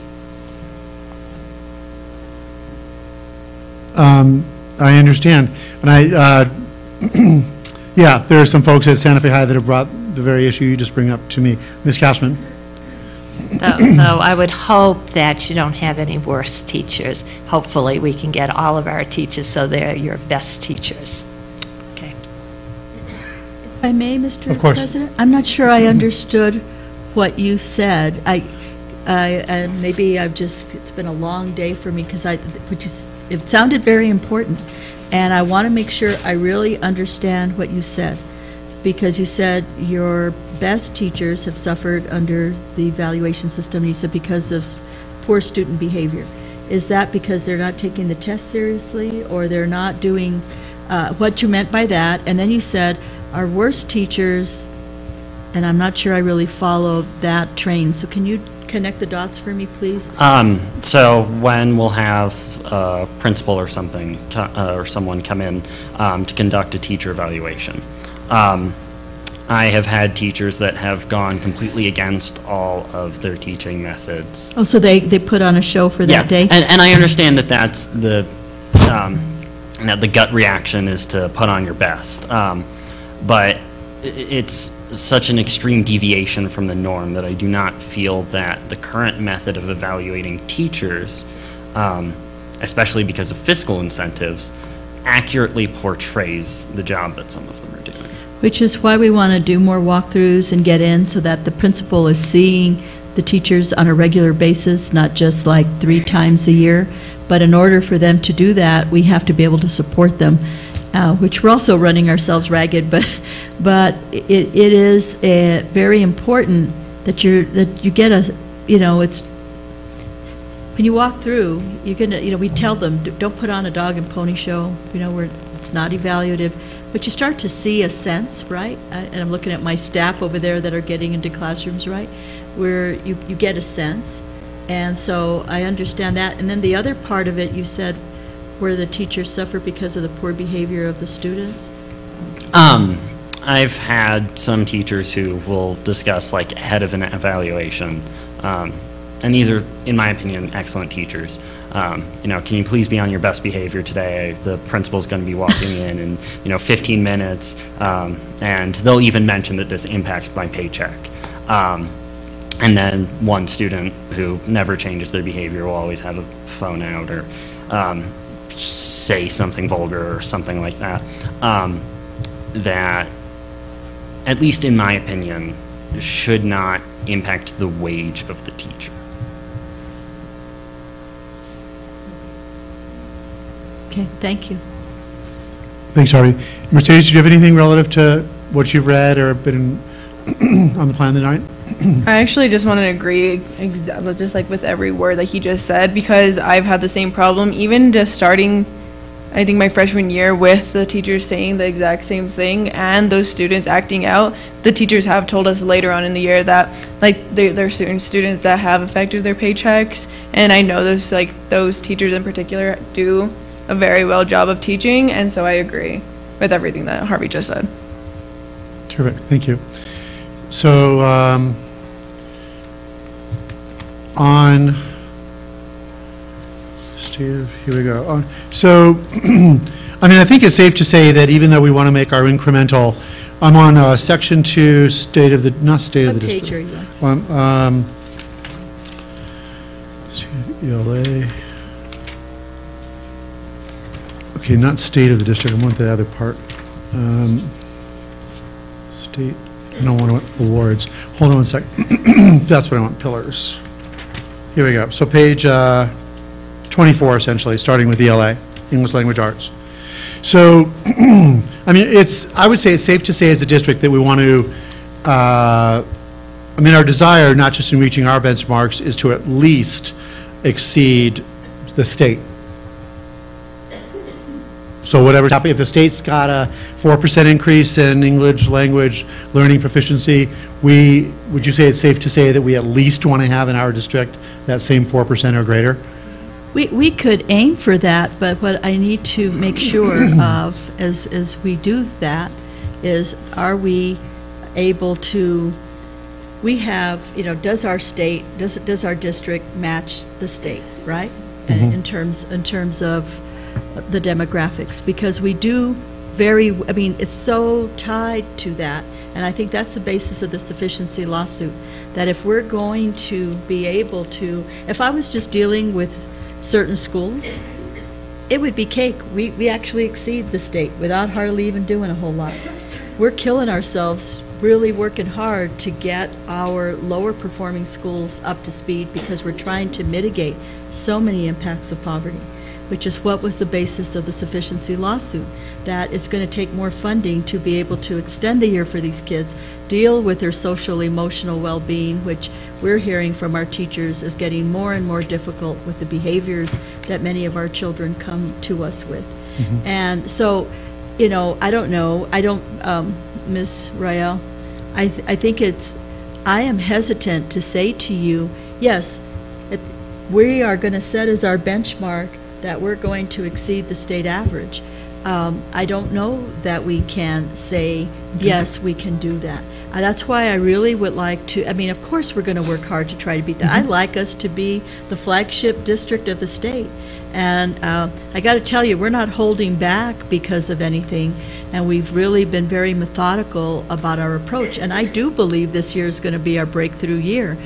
However, I want to make sure that we do it correctly and to not just agree and say, yes, I think that's right, when it may not be possible. Okay, that's all right, that's fine. So when I'm looking at, excuse me, the ELA as well as math and science, and under tactics, What page are you on? I'm on 24 through 26. Oh, okay. Especially with English language and math. To what extent are we really focusing on mentors? Because I know, and Mayor Weber and I have spoken about the city idea and his idea of any kid that wants a mentor should have a mentor. And that we, I mean, because that is a way that the city could actually really partner with us, is we can help them with that in matching kids. And we know that Bill Boucham's group, used to be called Match, I don't know what the new name is. I know they're ready, you know, to do as much as they can and to recruit as much as they can. So how are we utilizing that tool? Because if there's one thing I've learned in the last 8 years here, is mentorship is probably one of the most underutilized and greatest success stories of any district. And then Harvey.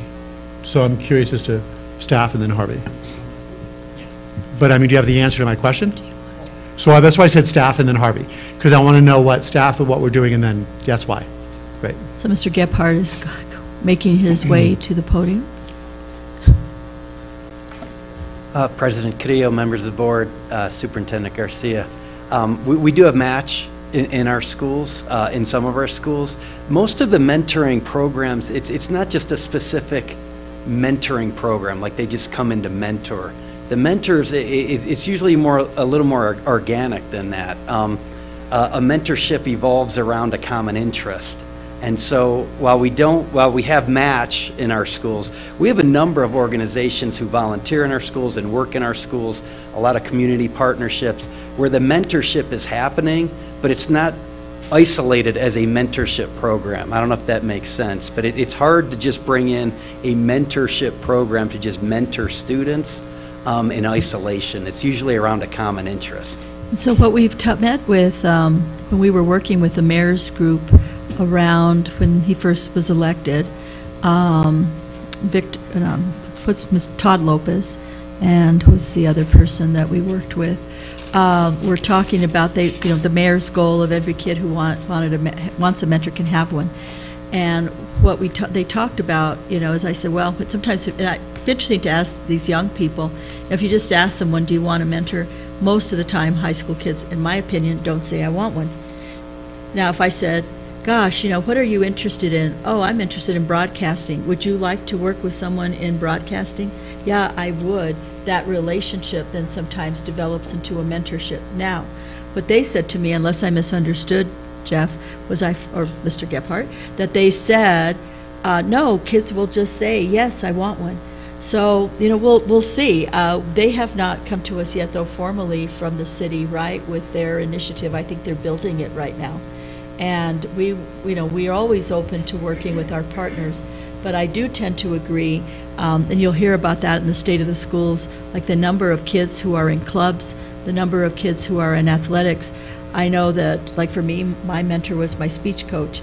We didn't decide she was going to be my mentor. It happened because of that relationship. But I do believe every kid needs a meaningful adult other than their parent in their life too, because I think it's critical in their success.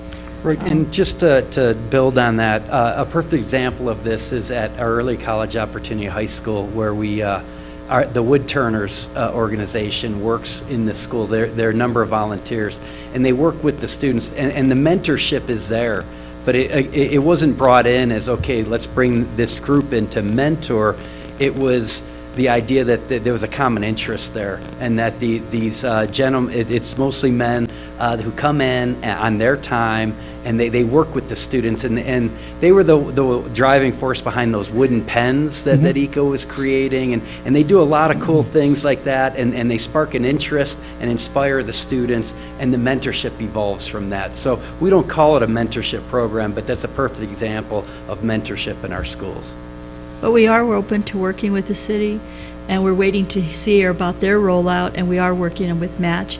And then also Gene Weisfield, I believe, is very interested in mentoring boys and young men. I know they had, I don't think Wise Men is still in place, right? I think that they dissolved, but I know he's very interested in leading that work because he's talked to us about it at the Diversity Council. Yes, and Del Trujillo, who is works with Communities in Schools, has started a mentorship program where men in the community, everybody from our police chief to myself, we're going in to work with the 6th grade young men while the 6th grade girls are working with Girls Inc.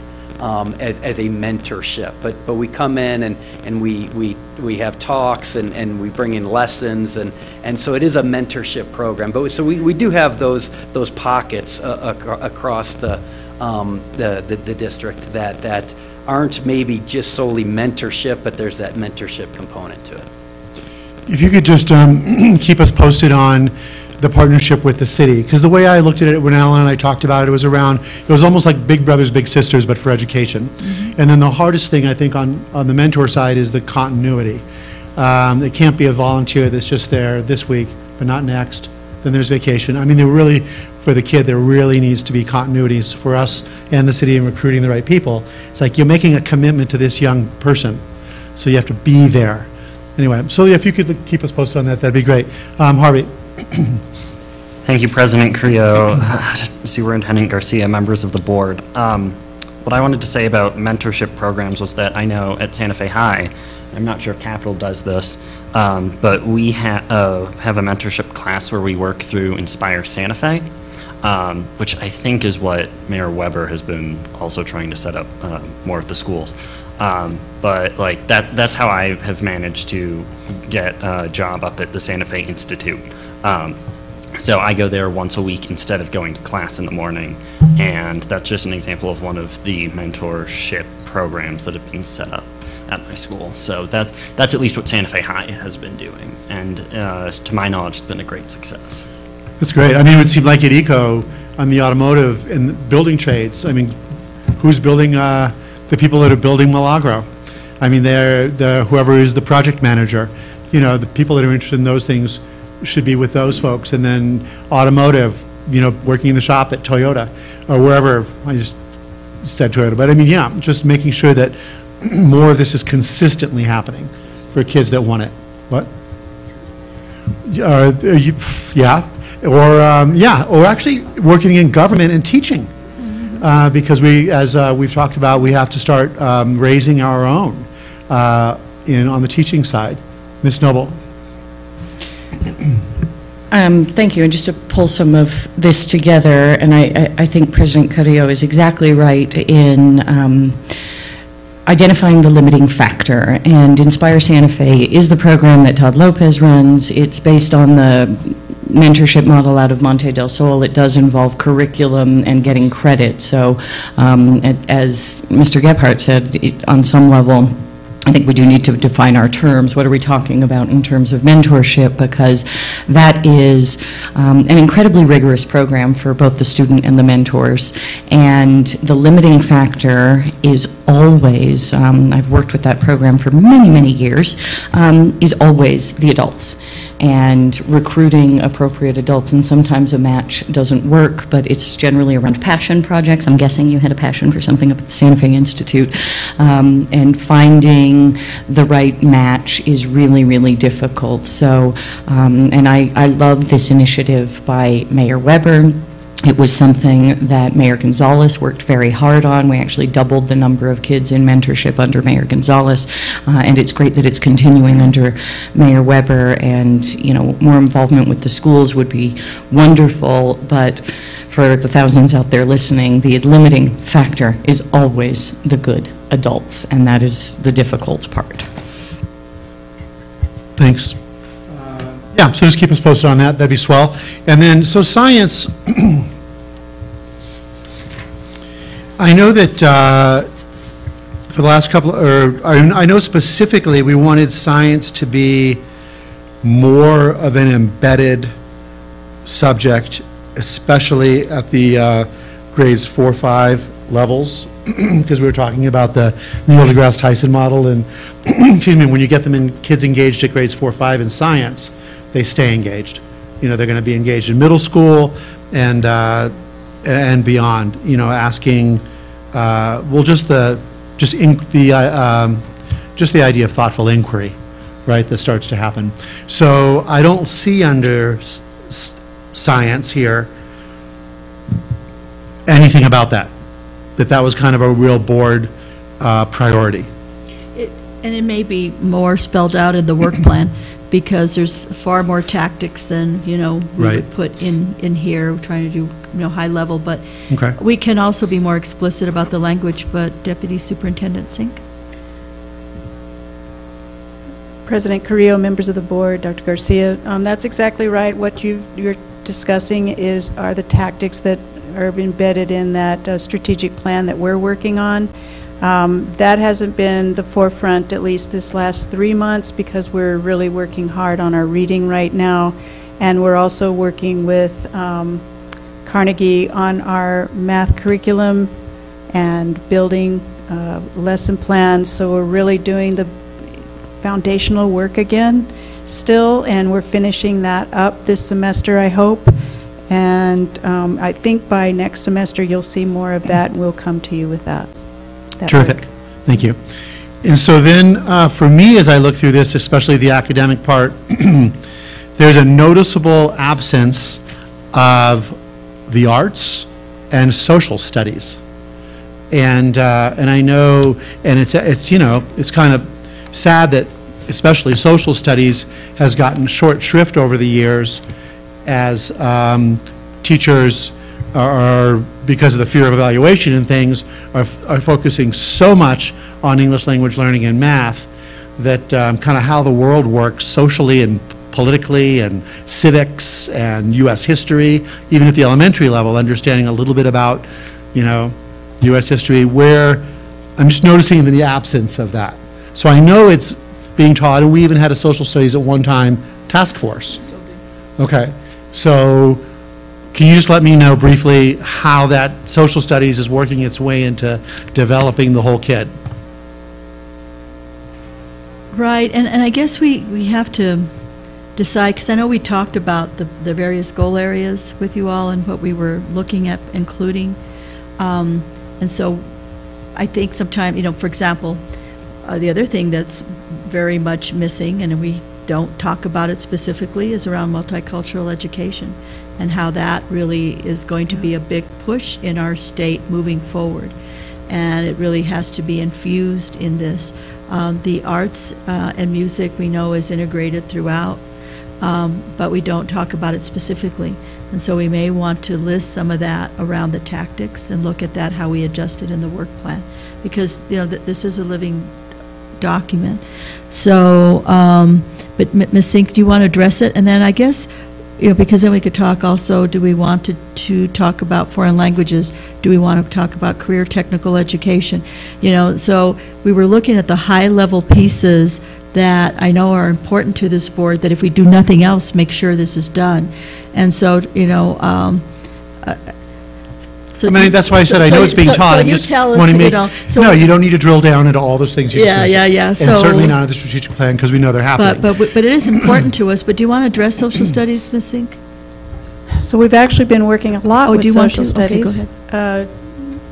Board Member Carrillo and members of the board, we've been working with social studies, especially right now with middle school. As I told you, we were really going to focus on middle school this year. So we're doing a lot of work with them in math, ELA, but also social studies, because when I got here, we still had today about Aspen needing more help with social studies and the work that they need at their school. So it's like you can't focus on everything, but what we're focusing this year, because it seems like the high schools, are moving along, although what we're focusing in high school is that they need to step up the nonfiction writing and evidence to that writing for all our tests, whether it's an ACT or their graduation requirements or getting into college. So we're focusing on that with social studies in high school, and then we're also focusing on our middle schools and training around Discovery Ed. So it's like I said, we in our department can't focus on all, but those are what we're doing in social studies this year. But believe me, the social studies teachers are not going to let us forget them. They are very active and working in our advisory group. We also are working on the science piece, because next gen, there's a portion that will be in the test this year. That's right. But the adoption hasn't been done yet. We have, and so we have, particularly our middle and high school teachers are freaking out. And so we are bringing them in, the leaders, to talk to them and get them some comfort around. All levels are getting the training. Standards on All the levels training. on NGSS will be trained 4 times this year each on every level. So, okay, so you are doing the elementary after all. Okay, great. And Mr. Gephardt had something to add in addition. Board President Carrillo, members of the board, Superintendent, I did just want to build on what Deputy Superintendent Sink was talking about. One of the things that we're doing with social studies, we're also bringing social studies together that aren't in the same, social studies teachers together who aren't in the same schools. And a perfect example of this is a project that we're currently working on with the culminating event taking place at the Roundhouse this Friday.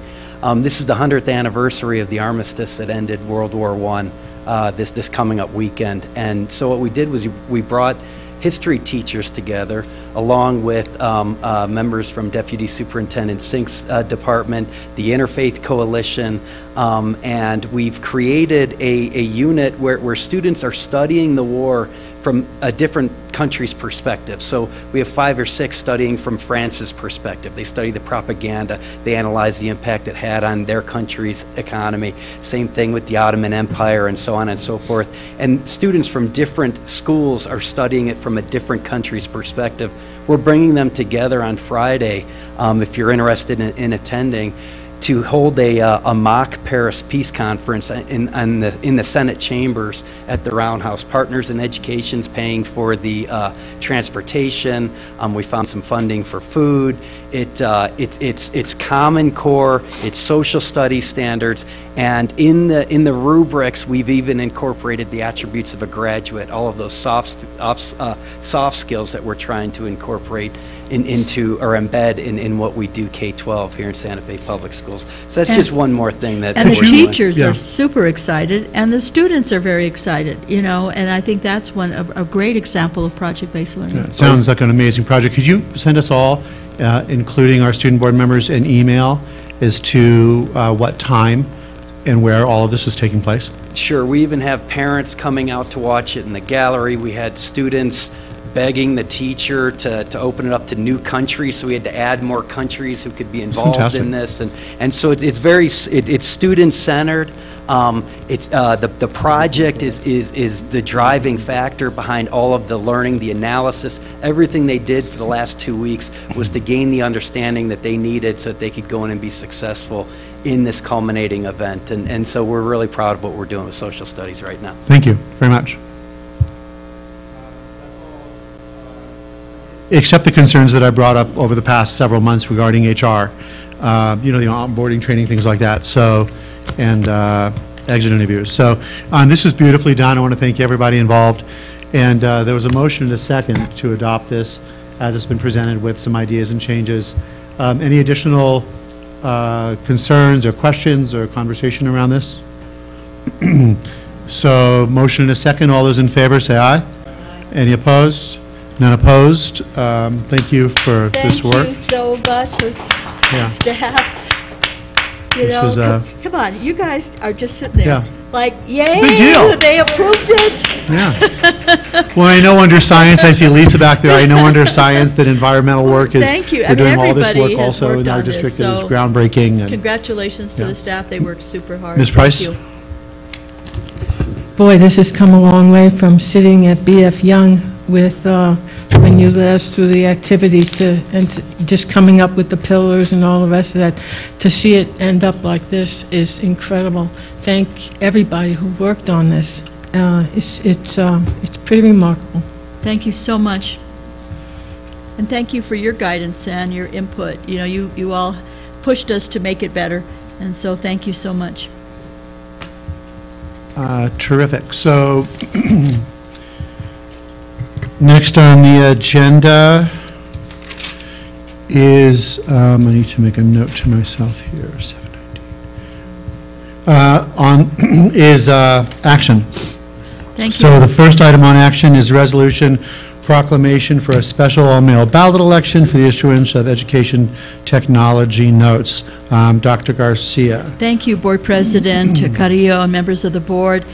Tonight with us, Lisa Sullivan, if you want to take the lead, we are bringing to you a proclamation in order to prevent an $11 million gap in educational technology funding in 2019, and that includes the charters. The district will conduct a special mail-in ballot election during a similar time frame as for past ETN elections. Accordingly, Santa Fe County will mail out the ballots for the ETN election on February 5th, 2019, then receive ballots up until 7 p.m. on March 5th, 2019. And so if you would, Ms. Sullivan, thank you for your hard work on this. Would you please introduce our outside experts that are helping us with this? And then before you do that, will you explain, because we had a long discussion about this, why it's now February 5th for the mail and March 5th for the, to have them returned by as opposed to the month earlier, which we had originally discussed? And part of that had to do with the, us being able to do voter education. If the election ends on February 5th, we would have to mail out ballots 28 days before. Is that correct, Ms. Sullivan? Board President Carrillo, members of the board, Superintendent Garcia, you're absolutely right. And then because of Thanksgiving and the winter break, we would not have the time to do the adequate voter education that we think is really important, particularly since we've never done a mail-in election. And so therefore, we felt that people are used to the election being February 5th, so if we kick it off February 5th, we can then give them the required month to get their ballots in. And that's, you know, just the high level, but all the technical stuff, we're going to leave to the legal beagles over here. So before we do the technical legal eagles, let's talk about the voter ed piece. So, I mean, there's no way we can put in with a ballot something saying this will not raise your taxes. Obviously, we can't, right. So, are we planning, and these ballots, as I understand it, are mailed to every registered voter within Santa Fe County or within our district? Okay, so that's a yes or no, yes? President Carrillo, within the district. Correct. So are we planning, as part of the voter education, to also mail something I know it's expensive, but to also mail something to all of these households, really driving home the point that this is not going to raise their taxes and what it's used for. So, Mr. President, members of the board, it would behoove us to do that. The other thing that we're trying to learn from maybe other communities, maybe outside of New Mexico, because this is new. I mean, I've voted mail-in, absentee, but I've never really participated in my lifetime in this type of an election. I don't think that happens. Has it actually happened in the state?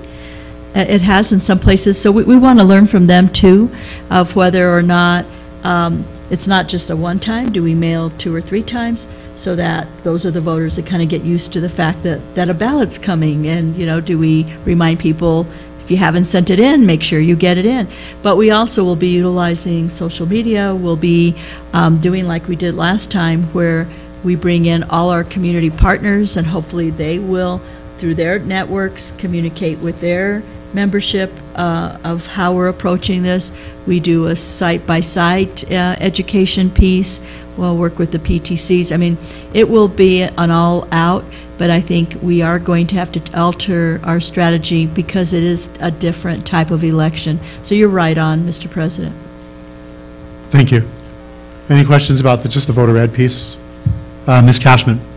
Maybe one thing when we're doing like FAQs, frequently asked questions, because I had the question too, is this is different from an absentee ballot for like this general election where you are required to pay the Correct. stamp to mail it back because you have the option of going to a polling place. There will not be any polling places. So we need to educate the voters. We are paying for this postage, whether you mail it back to us or not. And so that's important to say. You don't want us to be wasting, money. Mail it back to us. Please vote. So it's a little bit different than a general election where you have polling sites. Great. Ms. Sullivan, thank you.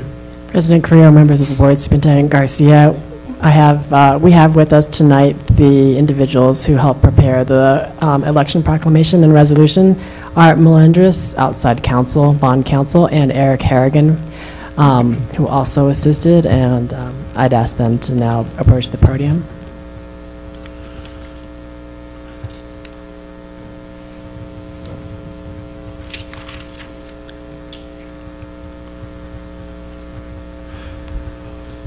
Good evening, Mr. President, members of the board, superintendent. So what I can add to the conversation is that the election law was changed. It requires a mail-in ballot if you have a special election, which is on a date other than November, the regular election date.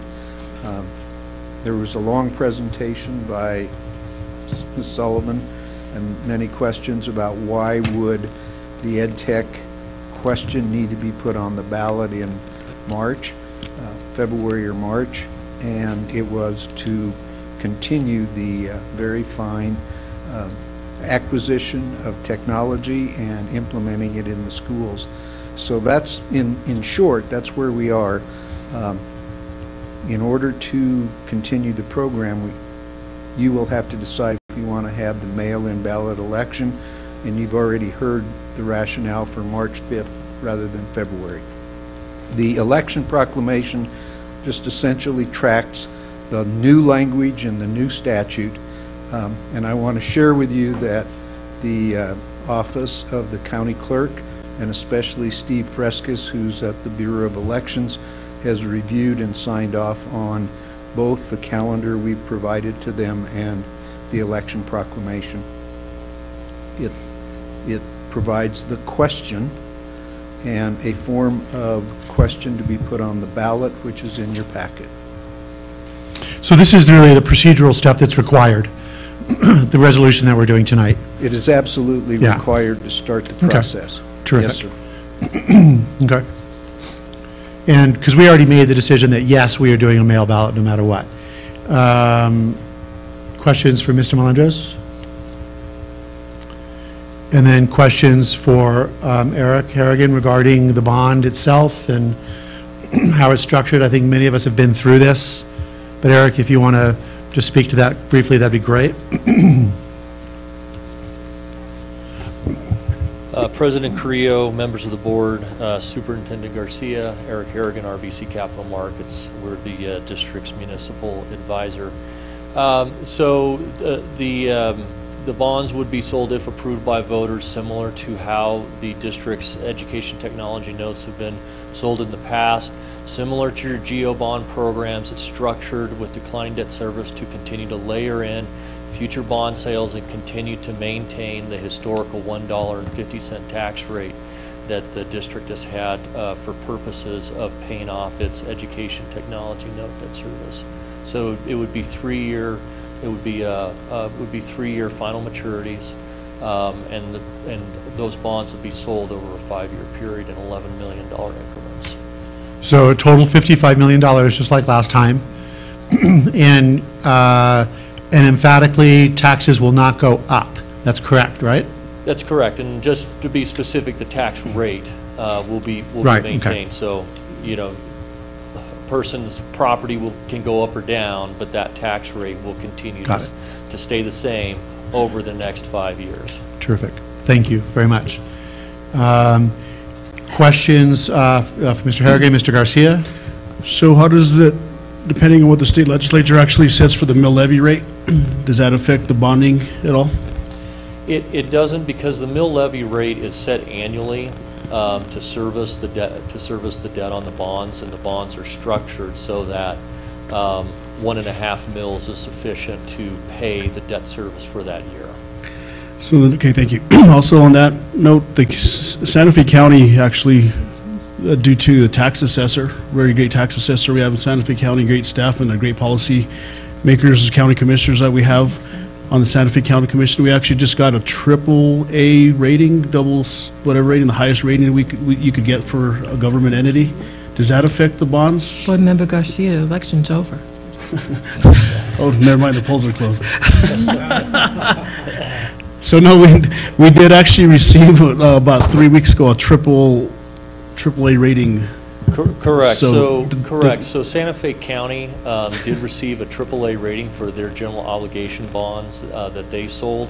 However, your credit is separate, and so the district's rating is AA by Standard & Poor's.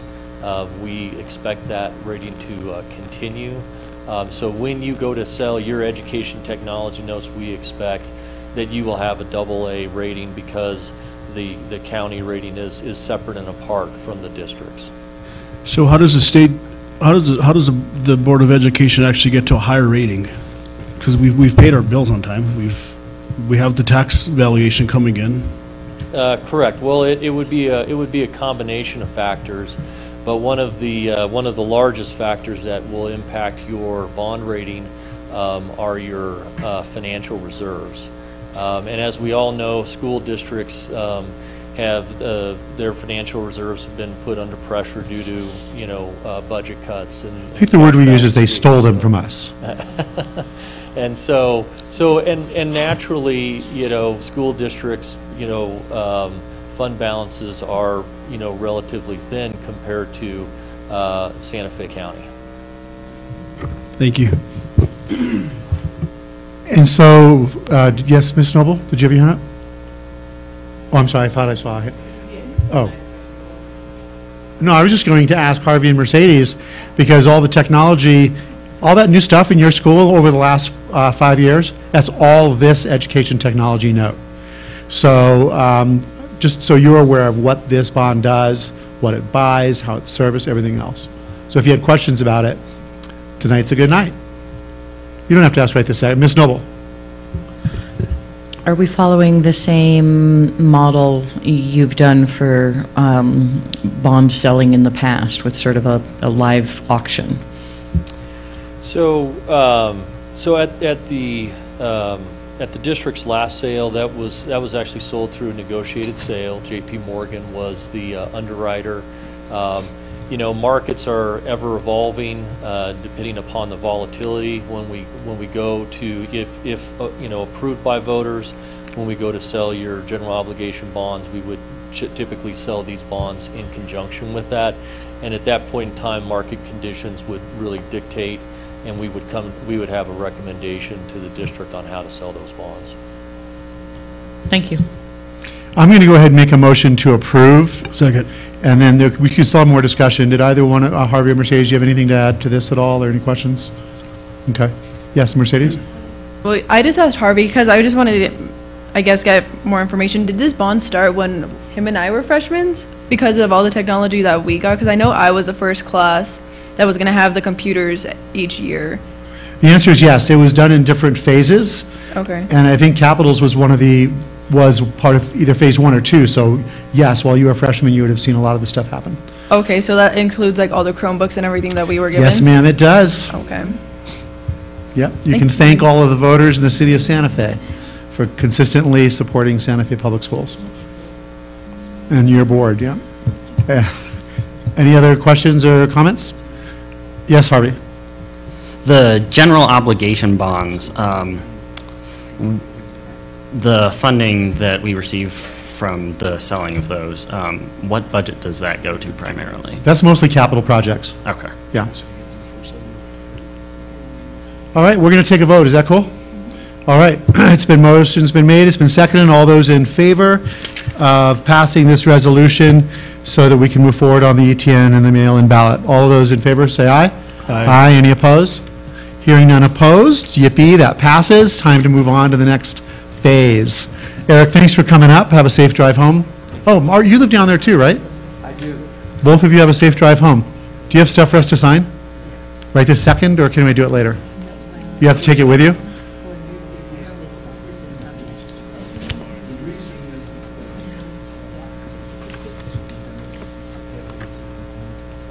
You have a pen?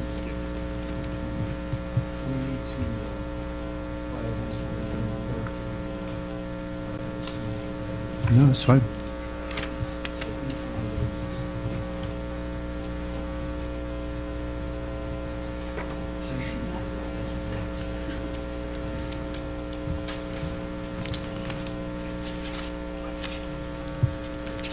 No, don't worry about it.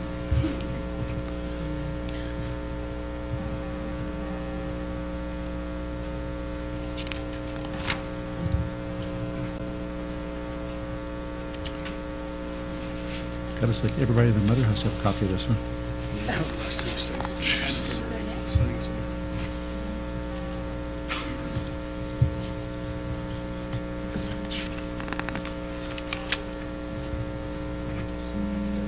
That's all good.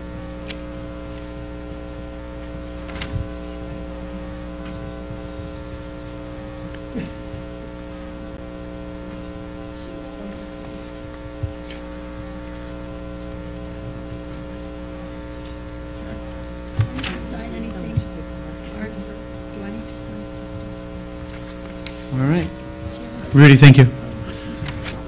That's for you. Okay. Perfect, thank you. And then, all righty, next item on the agenda is Resolution 2018-1910, Safe Routes to School Projects provided by City of Santa Fe. And this is more of a procedural one, if I'm remembering as well. Correct, Mr. President. Yes, Ms. Noble. I love this program. I used to oversee it at the city. Safe Routes to School and the MPO do good work. So I'd move for approval. Second. Terrific.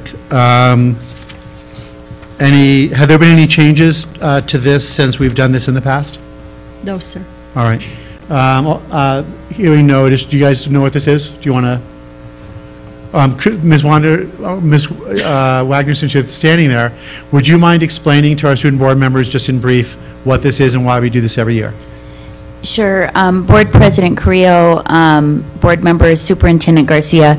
This is actually a little different spin on Safe Routes to School. So people might be familiar with applications that we've participated in past years that were about infrastructure and improving trail systems and whatnot. But this is really a partnership. This is a commitment to partner with the city, among other folks, to improve our programmatic outreach to increase walker, rider wheeling to school.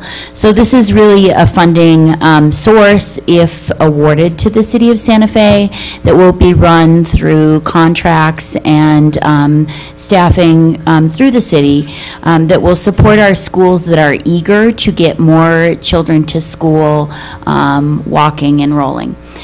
So this is a partnership initiative. Our resources are staff primarily, and finding the schools who are most enthusiastic about the programs. So this is more programmatic. In the past, we've had applications that were about infrastructure. This is about program. You guys have any questions on that? Mercedes? So is that how the program is awarded to the schools, to see how much they're involved? Or I'm confused on how it's awarded. Board President Creo and Board Member Superintendent Garcia, student board member. There are schools already in Santa Fe, about a handful or so, of elementary and K-8 schools that are really looking for support in getting more students safely to school every day. And that support might be parent and student education around walking and biking and rolling to school. It might be equipment. This is providing sort of the umbrella to do that educational program about something that we haven't always been really good about in this community, especially for young kids. More kids have been getting dropped off and riding buses for many years. And so the program is around building a bridge to our community, to our students, to our families, so they have the resources, the awareness, and the understanding they need to use their safest path to school, riding or rolling, walking, doing something that maybe they haven't been accustomed to doing as a family. Which is why this is also under wellness, because it's good for our kids. Right. I mean, I rode my bike or walked to school all the way through until I got to high school and had to take a city bus. But and it was far, but we never thought of no parent of them carpooling in junior high and elementary. No, we walked and rode our bikes. Well, I remember when I was in elementary school, we had a day called Rock and Roll Day. Is that what this is? Is it involved with the same thing? Well, it's encouraging people to walk and ride and roll. Board President Creo, just on a much larger scale, making it a part of our everyday lives. But that's exactly, that experience you're talking about is more embedded through programming that makes it a natural part of what people do every day, hopefully, or more people engage in every day. You know what might be cool to consider is, I know that for absenteeism, if a child at all of our schools does not miss a day of school, there's an award, there's an honor that's given. So what if here, for a child, certainly the ones that live within 2 miles, or it's 1 mile out, I'm not sure what it is, if they're walking or riding their bike to school every day, I mean, something along those lines. So there's recognition for a job well done. Just something to throw in the pot. So there's been a motion and a second. Any additional discussion? All those in favor say aye. Aye. Aye. Any opposed? None opposed. Let's move on to what's next. That would be item 11C. Oh, this was 11C. No, this is not. So 11C, and I want to thank for hanging out so long, Susan. And then, okay, so 11C, first reading of policy 422. Thank you, Mr. President, members of the board. This evening, our Director of Student Wellness, Sue O'Brien, Lisa Sullivan, you'll be assisting with this as well, our General Counsel. This is a brand new policy, 422, because it combines and replaces Policy 305, our Student Wellness Policy, and Policy 205, Staff Wellness. Policy 422 contains the wellness provisions required by federal law and state regulation. This is a first reading. If we would have done a strikeout and replace, it would have been so convoluted.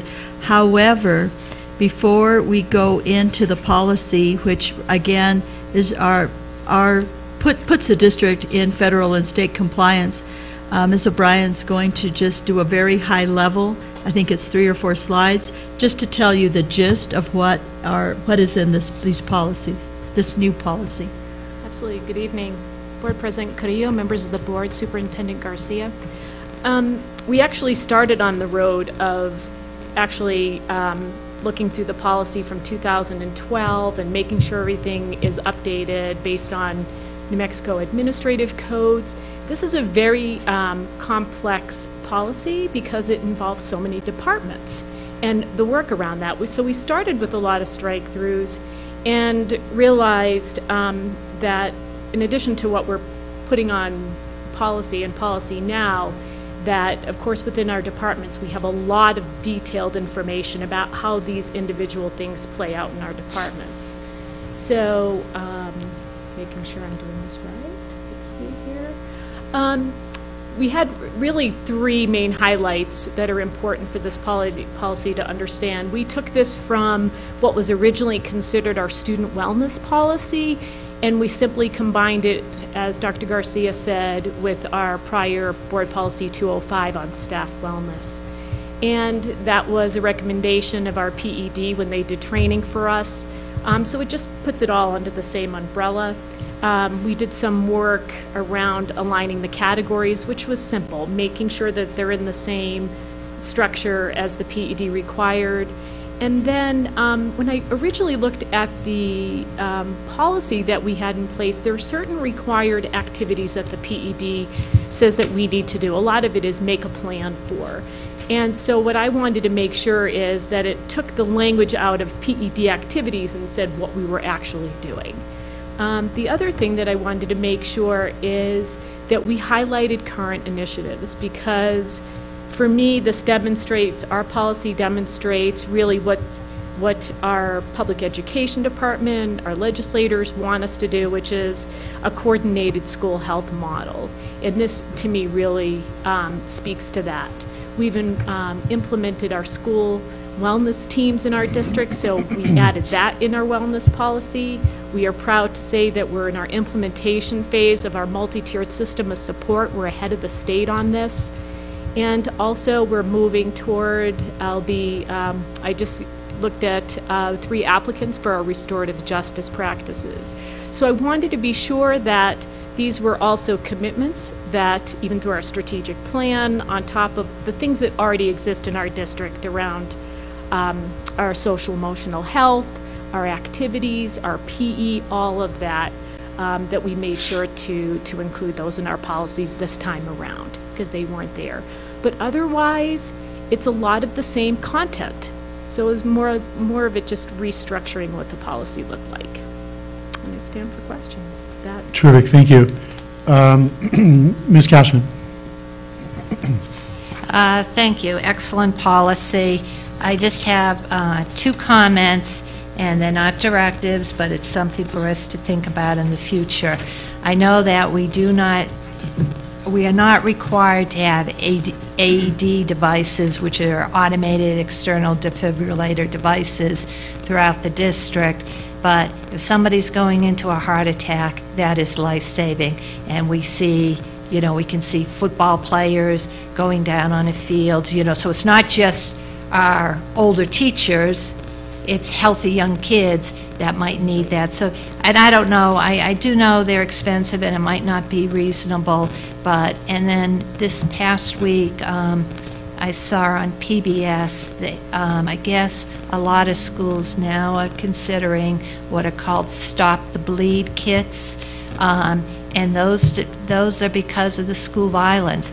If somebody gets shot, how do we quickly stabilize them? And they were training Girl Scouts and little kids, and so, and it may be something that we just need to up our game with. So it might be something worthwhile to investigate, but I thought the policy was really great and comprehensive, so thank you. I know Mr. Salvidis has talked to me about that, and I think he's talked to you about that too, of wanting to do that training on Stop the Bleed, and it can be life-saving, so.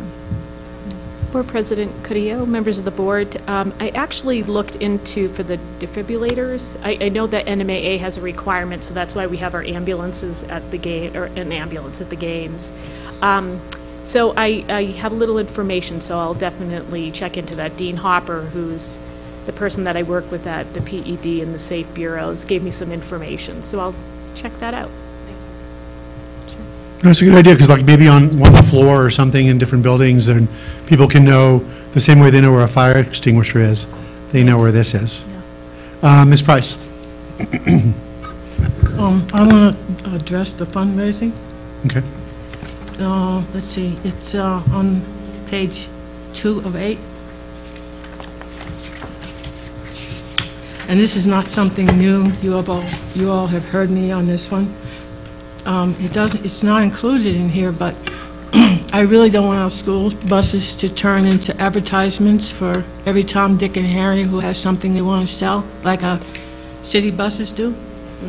And so I would like to see something that says our school buses will not become rolling advertisements. I don't know the policy number, but I think we have that in another policy, because you brought. I don't know, because we're No, replacing. you brought it up before, and so we did it. But I don't know if it's, Right. if this is going to supersede. No, it's not. This is Okay. all around Right. student wellness, and I don't think that the advertisements around that and the school buses, I believe Ms. Sullivan is in a different area. I know that, Okay. yeah. Okay, I just wanted to make sure. That's just a little thing for me. Yeah. No, we're good on that. Yeah, because you brought that Okay. up several years ago. Thank you, thank you. All right. And I would just want to echo what Ms. Cashman said relative to, I think you did a great job of combining everything into one comprehensive piece. And I don't know when we have to do it again. Rain, do you know when we have to all sit there and go through every? It's in the summer. I know. I can't remember whether it was. It's probably next summer then. Yes, probably next summer. Because it seems like it's been a while, and we have to do this every 4 or 5 go years. through Now, I know every Ms. policy. Sullivan has been working on updating policies. She's going through, trying to find, the ones, and that's why we've been bringing so many policies to you. Yeah. Is that we are actually doing it on a regular you're basis. saving us time. We're doing Oh, it on great. a regular Good. basis versus, Well, the last time was just brutal because Well, we it hadn't can done it in be. so long, and they were so outdated, so. we just continue to update all So the Rudy time. and Kate, it'll go really fast. And every Last time it I was like see 2 Ms. 8-hour Sullivan days. coming down the hall, I hide in my office. To go over it and change it. It was horrible. It was hard. All right, so a motion to approve? Motion. Second it. All right, any additional discussion or questions? Okay, all those in favor say aye. Aye. Any opposed? Hearing none opposed. First reading of policy 422 passes unanimously. Next item 11D, first reading of amended policy 108, attendance and board vacancies. And this was submitted by Vice President Cashman. So if you want to speak to this, Ms. Cashman? I think we talked at our last board meeting about whether we should be doing, 2 meetings ago, thank you, whether we should be doing background checks for when we had whether for board members or whether we had board vacancies. I think we all agreed that we weren't going to institute background checks for board members, but we were going to address board vacancies. I wrote the policy based on what I understood, and I worked with our legal counsel to make sure, and so they cleaned it up a little bit for us and looked at the language. So I think the big thing that I'd like to read out loud is the change, and it's in red, and it talks about when we fill a board vacancy. And so the change I put in here is, before filling a vacancy on the board shall ask each qualified member applying for the vacancy whether there is anything in the qualified member's background related to public trust which could affect the board's selection process. This includes, but is not limited to, prior convictions and arrests, liens, loss of professional licenses, certifications, and financial improprieties. The board may ask this question orally and in writing. And the reason I did this, and I know another board member approached me on it and said, wait a minute, let's make it simple and do a background check. I still feel, and based on the discussion that we had before, that a background check is not appropriate for a couple of different reasons. First of all, we are not employees of the district, but the minute we do a background check, that is a public record. who maintains that record, and how do we get that out to anyone in the public that asks to see it? I also feel like if board members throughout the state are not required to have background checks, is it placing a different type of burden? Now, some people can say, well, the voters will decide, you know, usually the newspaper does do a background check on you, but if they don't or they mess up, the voters still might have that information. We aren't, when we have to fill a vacancy, we are not asking the voters to vote on that. There's no mechanism, so do we have to hold ourselves to a higher standard? I'm still in a, and I wrote it based on what I thought our conversation was, that we didn't think that we should be requiring somebody that comes before to fill a board vacancy to have to submit to a background check, when, especially when none of us have submitted to a background check. And I'm really concerned with, since we are not employees, there are not records, personnel records that are maintained for us, but we would have to maintain a background check and make it releasable to anyone under the Freedom of Information Act.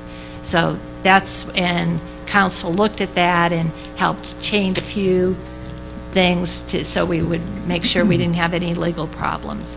So that's where this is the first reading, and that's what I thought I understood from the board, or it might have been just my understanding. Ms. Price? I don't know how to do this, but the last sentence in your, it says the board, line 31, the board may ask this question orally or in writing. Just a reminder, and I don't know how we do it, but that if we ask one candidate, we have to ask all candidates the same question. And I don't know whether that's covered elsewhere, or, because we do that, but I don't know if that's covered elsewhere or not. Shall ask each qualified member. Okay. Well, yes, right, yes. Is that all right? Well, they're not a member of anything yet. So ask each qualified candidate. Applicant or candidate. Applicant or candidate. Is that all right, Kevin? And the other thing is, I'm pushing for legislation to remove this, removing a board member for absences. That is, we are the only elected officials, and I found this out because of my health challenges lately. We are the only elected officials in the state who have that. So I think every elected official should have it. I'm just letting you know, because there's nothing we can do about it. That all elected officials, I think, should be subject to this, or none of us. I think it's ridiculous that it's only school board members. Any other comments on this policy and the change or addition? Mr. President, this is actually the first reading, so I'll reserve my comments for the second reading. No, the comments should, procedurally, so you know, the comments should be on the first reading, because the second reading is usually when we just, it's just final. It's almost procedural. Okay, so I don't like the language at all. My feeling is that in the meeting a month ago, that, yes, I remember the conversation around not wanting current board members to have to go through all that, both the expense, the time, and everything else. And I don't like this language, because I think that it's perfectly fine for us to ask someone coming in as a board member candidate, can you please get a background check? And then it covers everything that's here. Boom, one-stop shop, everything that's here. And so you know, because it was, I mean, I gave a copy, well, a copy went to the PED, and then the New Mexican asked for a copy. On the Thursday after that board meeting, I went and got a background check, because I hadn't had one in a long time. Well, nothing was on it. And what also is included in that is not included in this is the sex registry. And that's not included in language here, but when you do a background check with State Department of Safety, that is included. The results came back in 48 hours, okay, 48 hours. And that was my experience also when I got a background checked in 2010. And that was my experience when I got a background check in 2008. Each time it was 48 hours. So, may I clarify something? It also depends on what kind of, I just want to make sure that you're asking for. I want to make sure that you all are aware of a couple of things. So the standard background check is the FBI check, okay? The Santa Fe Public Schools, we do 2 additional. we do the sex offender registry, and we do the court records. New Mexico courts. New Mexico courts, thank Right. you. So just so you know, that the standard FBI check, I mean, it may pick it up, but they don't routinely do those two pieces, which we do complete. Okay. But there is one other piece that I just want to make sure, because we're learning more about this, and we've been trying to communicate with Department of Public Safety to find out about, we've been notified that perhaps we can't always release those reports, and it's not quite clear even to the individual. So can you talk about that? Because You can talk about that when I'm done with my train of thought on this language. I'm so sorry. That's all right. Yeah, okay. So what I did when I went into the office, I said, I want the same background check that you do for employees of Santa Fe Public Schools. And that's why he included those items that you were talking about, New Mexico courts and sex registry, those three things, okay? So, I mean, the whole thing took me 20 minutes. I think it was like $45. I could go back and look. Came back in 48 hours. But the main reason I don't like this language is, well, that is, one, I think it's perfectly fine to ask somebody, because now they would know in advance, hey, this is going to be asked of me, okay? And so all of this information is going to come out. But I'm concerned about liens. A lien could, I mean, there are things on here that are not relevant to their being on the board. So if someone could very well have a lien on their business, or a lien on a piece of equipment in their business that's being litigated right now, and they could very well be in the right, but they're, who knows why, right? But that's not, I don't think, that shouldn't affect whether or not can be on the board, and it shouldn't affect our judgment of that. The language, financial improprieties, that is so, to me, horribly vague as to, what if somebody's behind in their child support? Okay, what if, and you know what, and they could be, and if you've been around people who have had to face exes and children and everything involved in that, one, it gets horribly ugly. Two, it's often extremely one-sided, especially in the state of New Mexico. The entire theater, everything's geared against dads here. Well, that's a whole other thing to discuss, but I know people that have gone through absolute hell on this issue. But again, that shouldn't be part of how they're being judged to be a school board member, because that's something they might be in court on right now. And so even the language, financial improprieties, what if they had a bankruptcy because a business failed?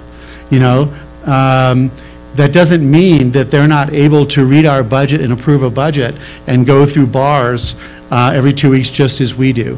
So I think that in terms of finding out what we need to find out, it's perfectly within our right to say, we want you to do the same background check that we require of our employees. That simple.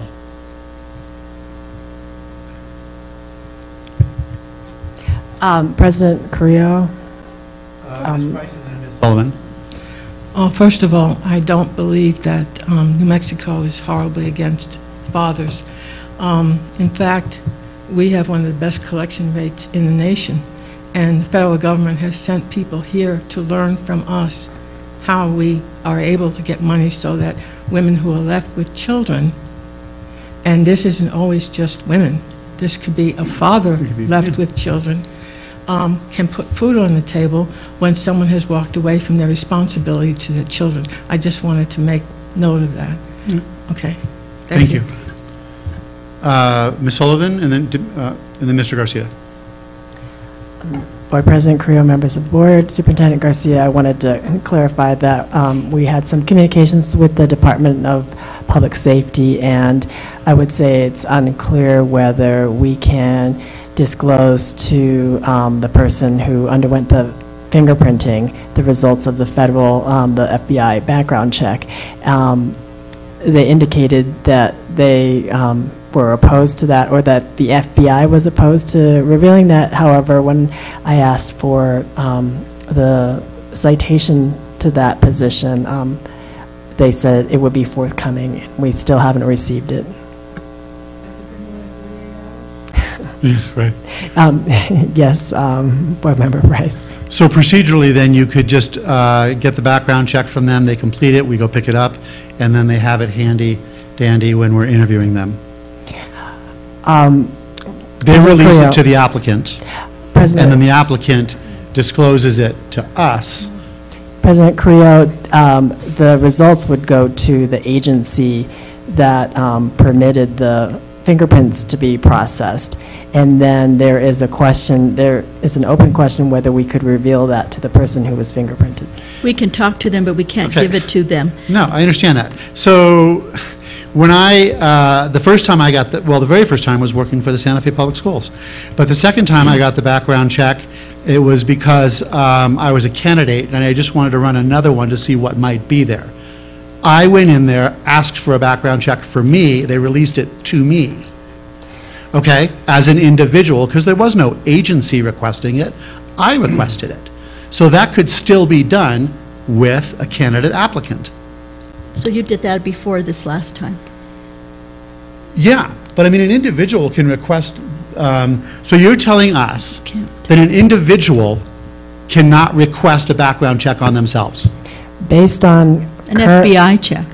An FBI check. Based on current research, you need to have an entity through which the fingerprinting process works. For instance, in the state of Washington, several political candidates used a nonprofit organization that acted in the place of an employer so that candidates could do a self-check with FBI fingerprinting, but it's my current understanding that you need to go through some kind of an entity that contracts with whatever third That's party. why you needed the code from us to be able to get it. And then, but they're telling us, because I thought, if we were under the impression from the last time DPS was here, that if you sign for it, we could give it to you. Now they're saying we can't give it to you, that we have to tell you that, you know, we can just make an employment decision, or we could say to you, these are some things that we found, but that supposedly we cannot give it to the person, that's what we're waiting for an answer, which is really crazy. Mr. Garcia? I'll just bring this up because this is actually based on the situation that I was in the past. And I can't support this. I'm not going to support this for many reasons. First of all, if we had people standing in line to be on the school board, that'd be great. Whenever we actually put this out to fill the vacancy of now Representative Linda Trujillo, we had two individuals that showed up. So if we had people out there in line waiting to be on the school board, that'd be great. However, in this community, us serving up here as a board, we do an excellent job up here. We actually do spend a lot of time, a lot of late nights up here. My situation that happened years and years ago, there could be a situation for somebody that's going to jail for child support. There could be somebody that got arrested when they were 21 years old because they had different traffic violations and they never took care of them, so they got arrested. Mrs. Noble here has actually been arrested back in her younger days. You know, so what does that make anybody eligible, not eligible, because you've been arrested 3, 5, 7 times, and it all depends on what. And what is the school board going to determine that time? Well, maybe you had 1.5 arrests, therefore I'm not going to vote for you. Maybe you had 2.25, or maybe you were convicted, or maybe you weren't. I just will not support this. Thank you. Harvey.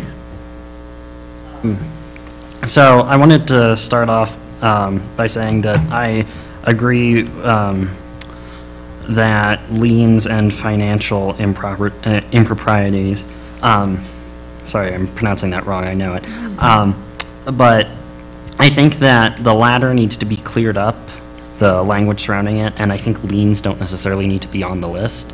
I've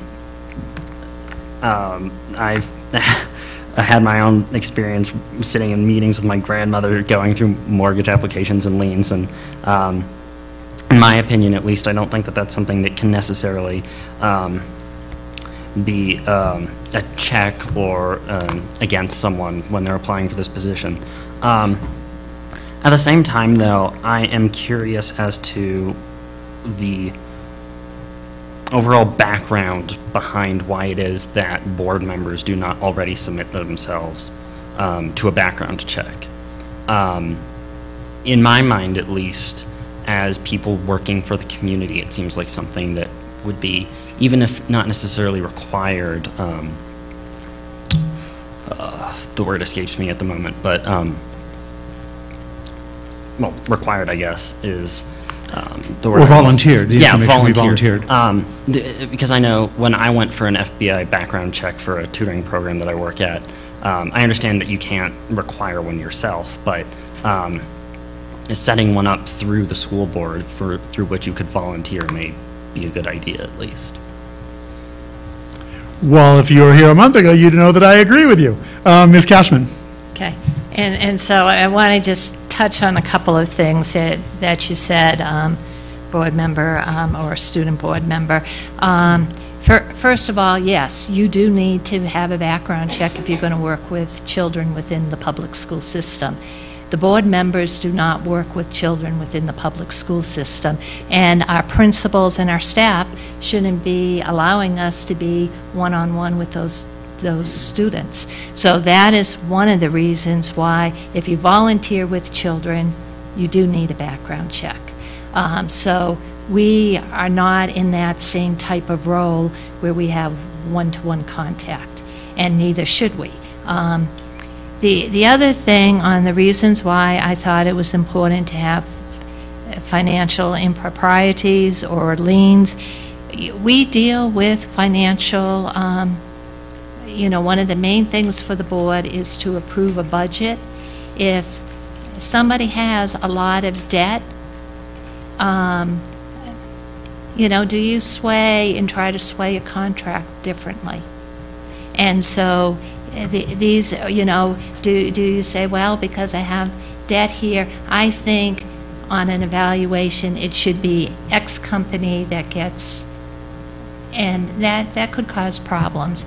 I think, and to answer back to Board Member Garcia's concerns, I think whether we have one candidate or 100 candidates, there is, I don't know that we would be in the same position. There's a level of honesty when you come to the board and you say, and I understand we didn't ask the question, and shame on us, and I'll never make that mistake again, but we expect, if you know, you shouldn't just assume that I have something that the board doesn't want to know about. I think we need to be upright with the board.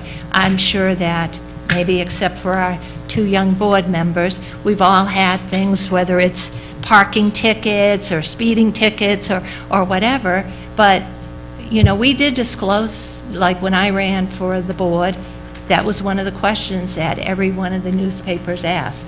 Did you have any arrest and I had a speeding ticket.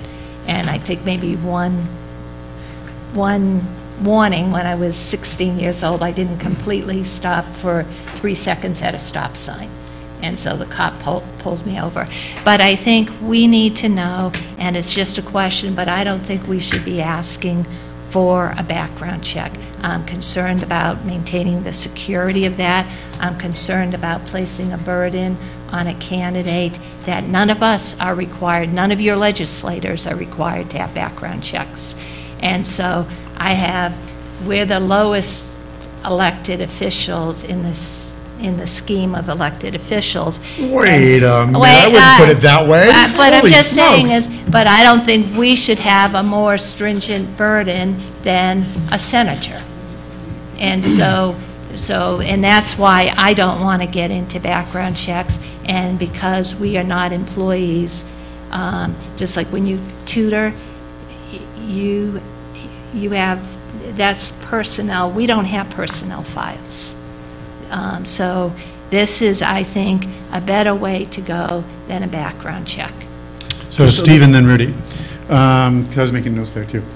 So first off, the financial thing that you bring up, if you're worried about kickbacks, because I mean, you said that we approve contracts, of course we do, but so like the financial thing, so somebody up here has $110,000 in student loans, so they're thinking of maybe they're gonna, I mean, this is what you're addressing, that maybe they're gonna award the contract to this builder, and the builder will pay off the student loans. I mean, we recuse ourselves when there's a conflict of interest, and that's just criminal fraud. And if somebody is, has the proclivity to do that, whether it's on this board or whether they're in the legislature, we know that they've thrown a few people in jail over the last, 10 years. that, then they're getting caught, and as they should. The thing about the legislature and them not having to do that, and for us, I think we should have to, that's setting the bar pretty low relative to using the legislature as an example. You're right, they don't even have to show up. Ms. Price, right? They don't even have to show up in the roundhouse, and no one seems to give it that much bother. The other thing about being alone with kids, but we're in schools, and whether we could be reading in classrooms, we could be reading in, a special needs reading group. I mean, there's a number of ways that we are with children. And as I said a month ago, I just think it's right. And I know the board said no, but at least for people applying, I think it's perfectly within our peer review to say, look, please do the same check we require of employees. That's it. Just Mr. really quick. Garcia, and then Mercedes, and then Harvey. Just really quick, because the staff time that we've spent on this is outrageous, first of all.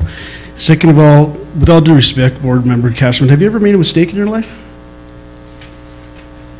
Because Yes. thank you. Yeah, Thank and you. Yes, I yes, or no, that's all I need, yes. Thank you. Yes. Great, because some of the things that I've been through in my life actually makes me very qualified for this position. I've brought tons of knowledge to this board, and I will bring tons of knowledge to the community that I serve, the school district that I serve. The things that I've done in my past, if somebody does have a bankruptcy, but maybe they've learned from their bankruptcy. Maybe they learn how to audit books now. Maybe they've come forward recently. But once again, I can't support this, and I might excuse myself here a little bit early because I've already given you what my position is on this, and I appreciate the community out there. Thank you. Mercedes, then Harvey. Okay, so this may or may not have been answered, but I got kind of confused on when you said you guys don't work with students. So would that not involve me and Harvey being up here? No. Alone. Okay, so just like one-on-one contact? Okay. Without supervision. So we don't work, even though we're working with you, we're not working with you alone. Okay. But it wouldn't be You necessarily. would have. But it's not necessarily one-on-one. It could be you with a group of kids without a certified teacher. But we have a certified teacher. Shouldn't be alone. Did you already do these? And Harvey. So back to the notion of liens and such. I'm not necessarily going against the idea that they disclose it. Rather, what I'm advocating for is that it be disclosed and the language be tightened up. Because I feel that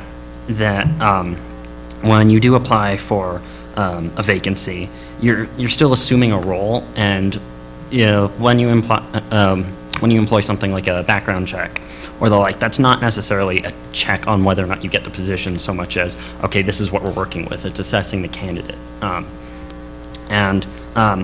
mean this completely respectfully when I say that I think that it's assessing all of this. So the idea that you make mistakes in your life, everybody makes mistakes.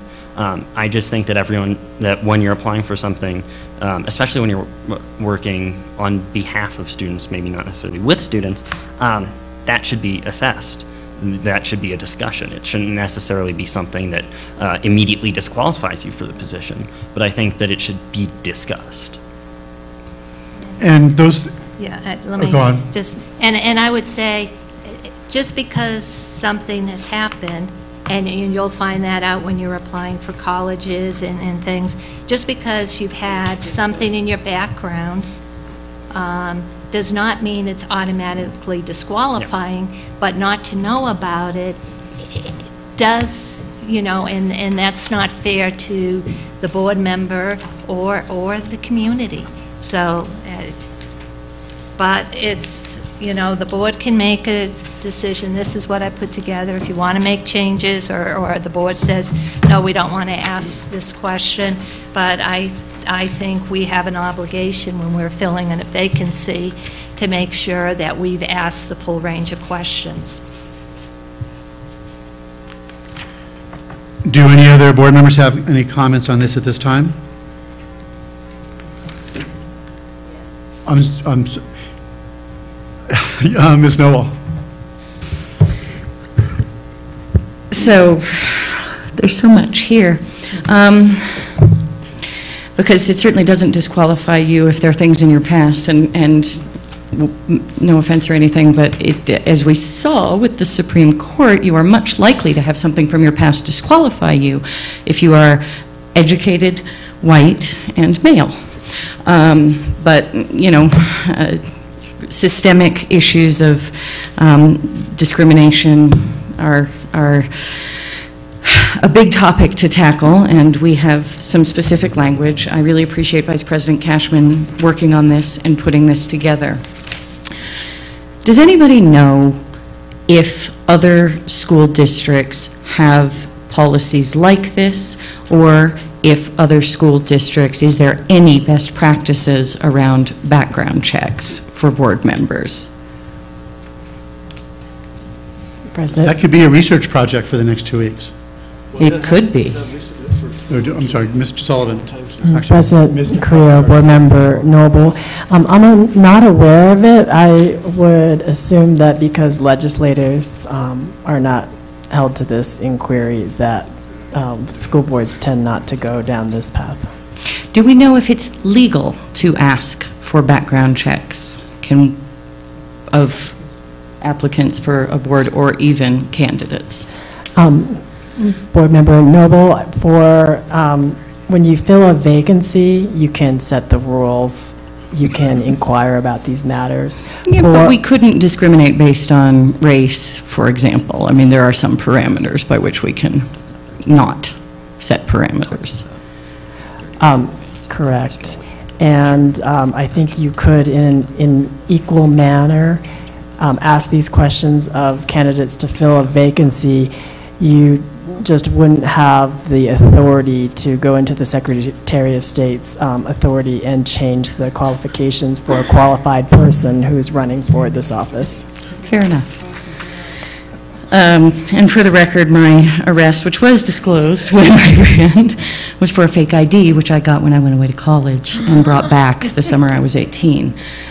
It was how I got to know Judge Mike V. Hill, who then married my husband and I and swore me into this seat, which I like the full circularity of it. He also swore me into this seat in part because he was hired as my lawyer when I was arrested, because my mother knew him from his work on the school board and her advocacy within the Santa Fe Public Schools after I had graduated from Santa Fe High. So there's the whole story. Now that it's out there, I will not support background checks. I don't like that idea. I am concerned about the liens and financial improprieties.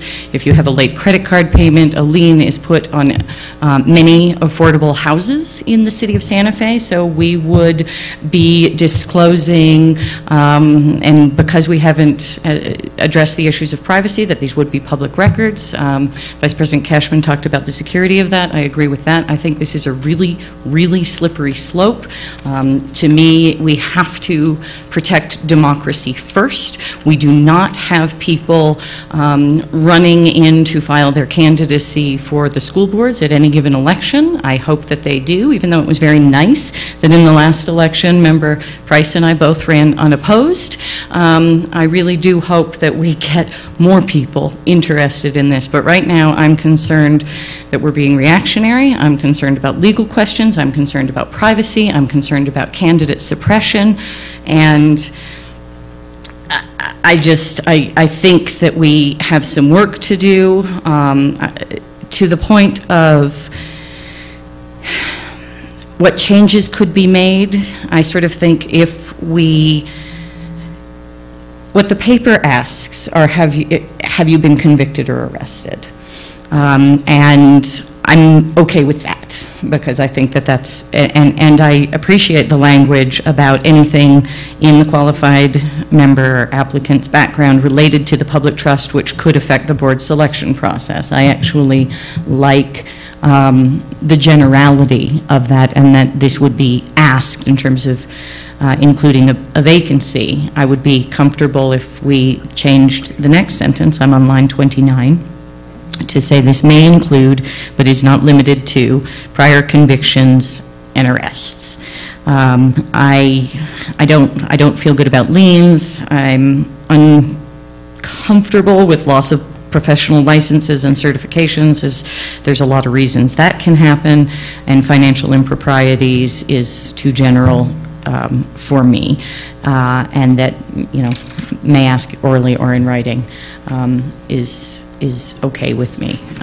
But again, I don't love how this has come up, and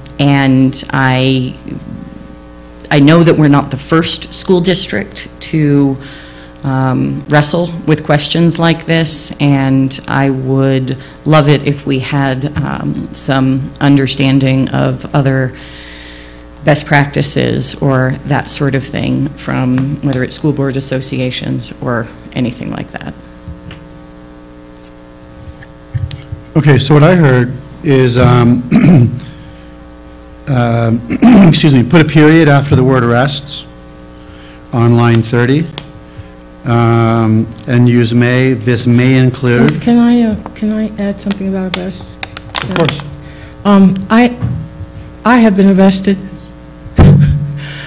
This is also a business, right? When I was running for school, but they asked me, and I told them, the newspaper. If you want to see me in all my orange glory, looking very angry into the mug camera, you may do that. I was contacted by a private company that said for $45, they would take down the picture and the story. Okay, I said, take the picture down, leave the story. I wasn't very happy. Okay, and I was out of there within 45 minutes, I think, to an hour. But they did get me into, and I was standing up for someone's civil rights. So I don't think arrests are as important as convictions. And they dropped the charges. I think they were afraid I was going to, I was standing up for someone's civil rights. I won't tell you I was arrested considering what's going on in this town right now between two hospitals. But anyway, that narrows it down somewhat, that's right. Anyway, so, and you'll find that people who worked in the civil rights movement, many of us have arrest records. And that has nothing to do with the quality of person that we are. And then again, it may say a lot about the quality of person that we are. And I'm going to veer off just for a minute. I was at a civil rights demonstration, and the police decided they were going to arrest us. So they took us downtown to book us. And then they decided, the booking sergeant knew my father, who was a New York City police officer, and my uncle, who was a New York City police lieutenant, and my other uncle, who was a New York City police sergeant, and he said, you get out of here. And I said, once again, I said, I don't leave unless they leave with me. And then they decided they weren't going to book us. So what's the difference between a record of arrest, which you won't find in this issue, or my being smart enough to know they can't do that, right? That kind of thing illegally, but they did. You know, there are a lot of things people get arrested for that has nothing to do with the kind of person they are, or even bear resemblance. I was arrested for disturbing the peace. That's a very easy thing to try and support. And I told him, I said, I'm a teacher, you know, and my father and, you know, all my friends, my family, we're all cops. And the guy says, you think that's why I should let you off? I said, that's why you shouldn't let me go. I said, because I know what you guys are up to. I've been there, I've seen this. And he arrested me anyway. And the person who was there to bail me out before they got me booked, right, said, she was standing there, and I think because it was a white woman who was bailing me out, they didn't think she knew me. And so they felt free to discuss the case. And one of them said, you know, you arrested Miss Price? Stuff is going to hit the fan. And it wasn't stuff that he said. Okay, so you see why I have, and I brought this up the last time, why I have a difference between arrests and convictions. I understand. So I would ask, to put this baby to rest tonight, I would ask Ms. Cashman if you'd be willing just to strike all of the language after the word process in line 29, and just basically qualified member's background related to public trust, and just strike that the following two sentences.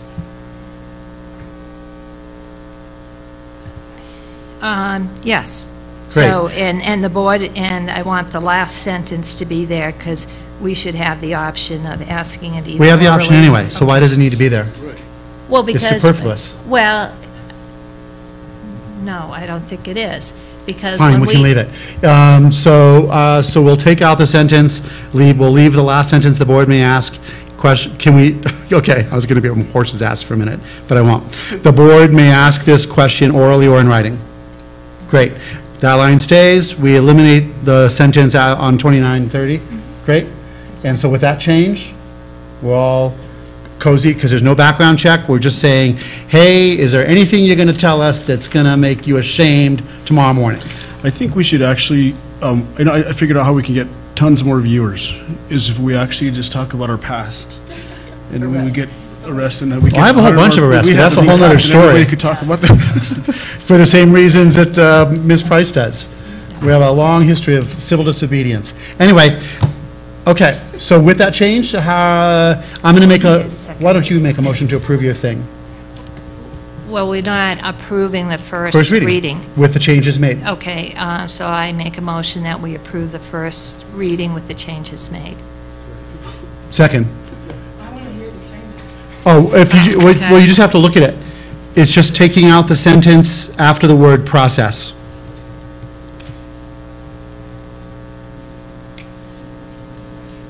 And I think the whole last paragraph needs to be removed until after the next legislature, because I think they're going to change that. Well, but, you know, in the meantime, we know how quickly the legislature works. Do you really think they're going to penalize themselves for absences? They don't even want to penalize. They don't even want to have an ethics committee. That's why I think it's going to change. That's why I think it's going to change. Oh, okay. So, can we approve the first reading as with the changes? All those in favor of approving the first reading with the changes, say aye. Aye. Aye. Opposed? Opposed. Okay. So that passes. Mr. Garcia, you were here when I made the motion. You want to vote on this or no? You're here in the room, so you just may as well. This is just adding that sentence to the policy. Saying, yeah.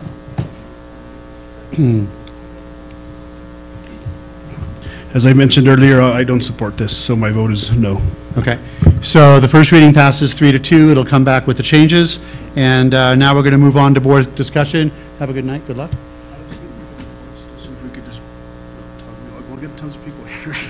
All right. If we can just storytell. Okay. So let the record show that Mr. Garcia is leaving now, and he wants us to tell more stories, make it more of a, what are those shows called?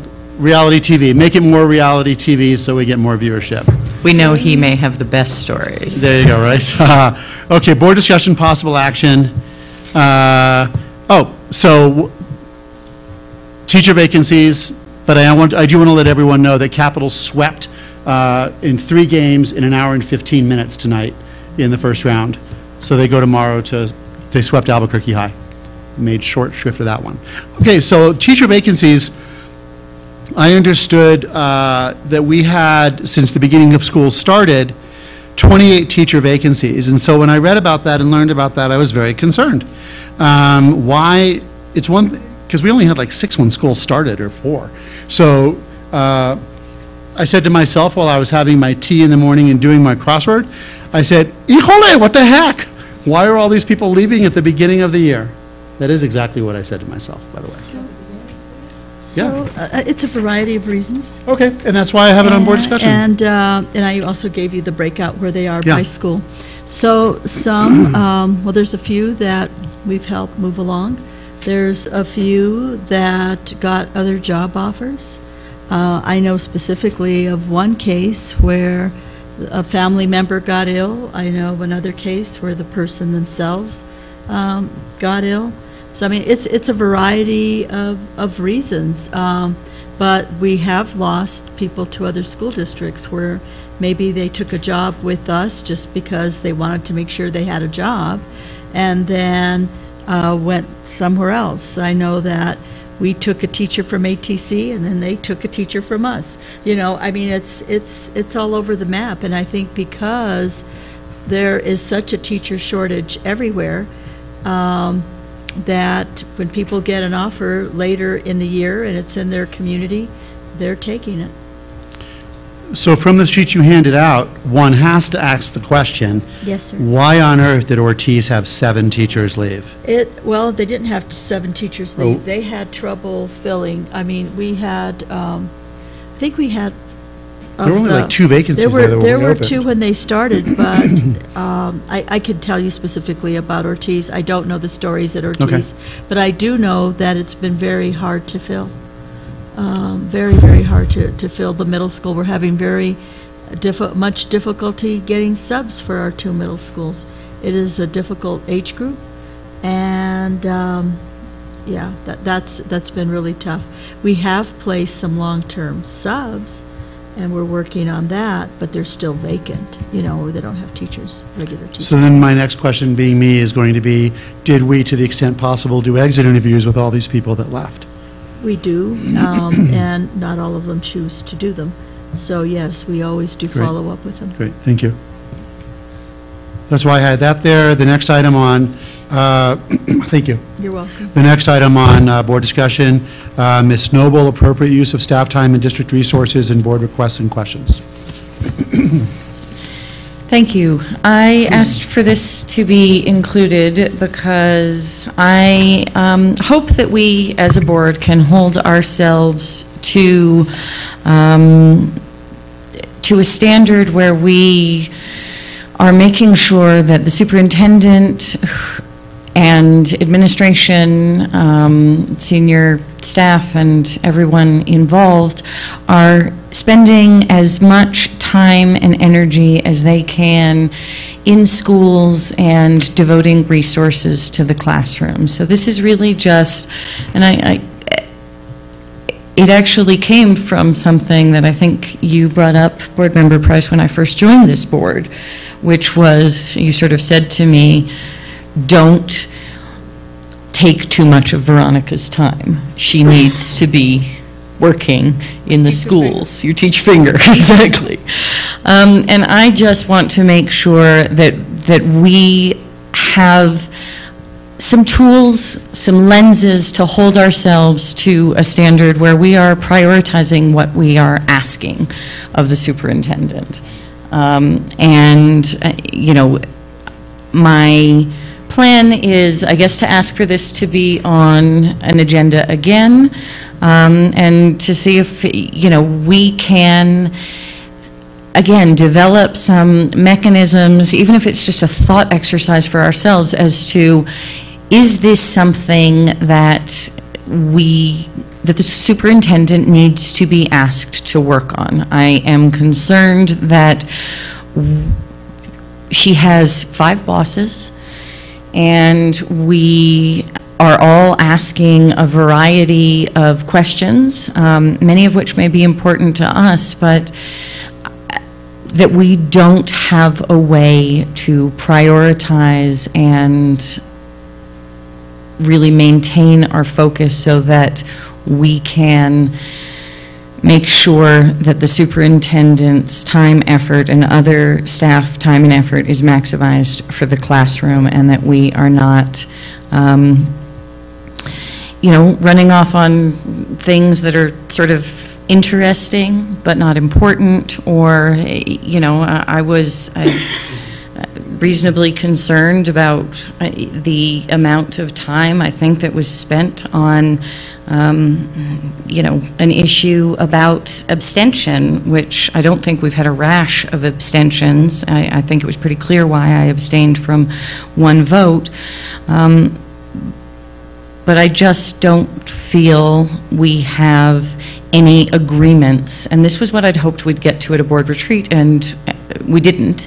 But I don't feel we have any agreements around how we are prioritizing and limiting our requests of the superintendent as a board to maximize the resources in the schools.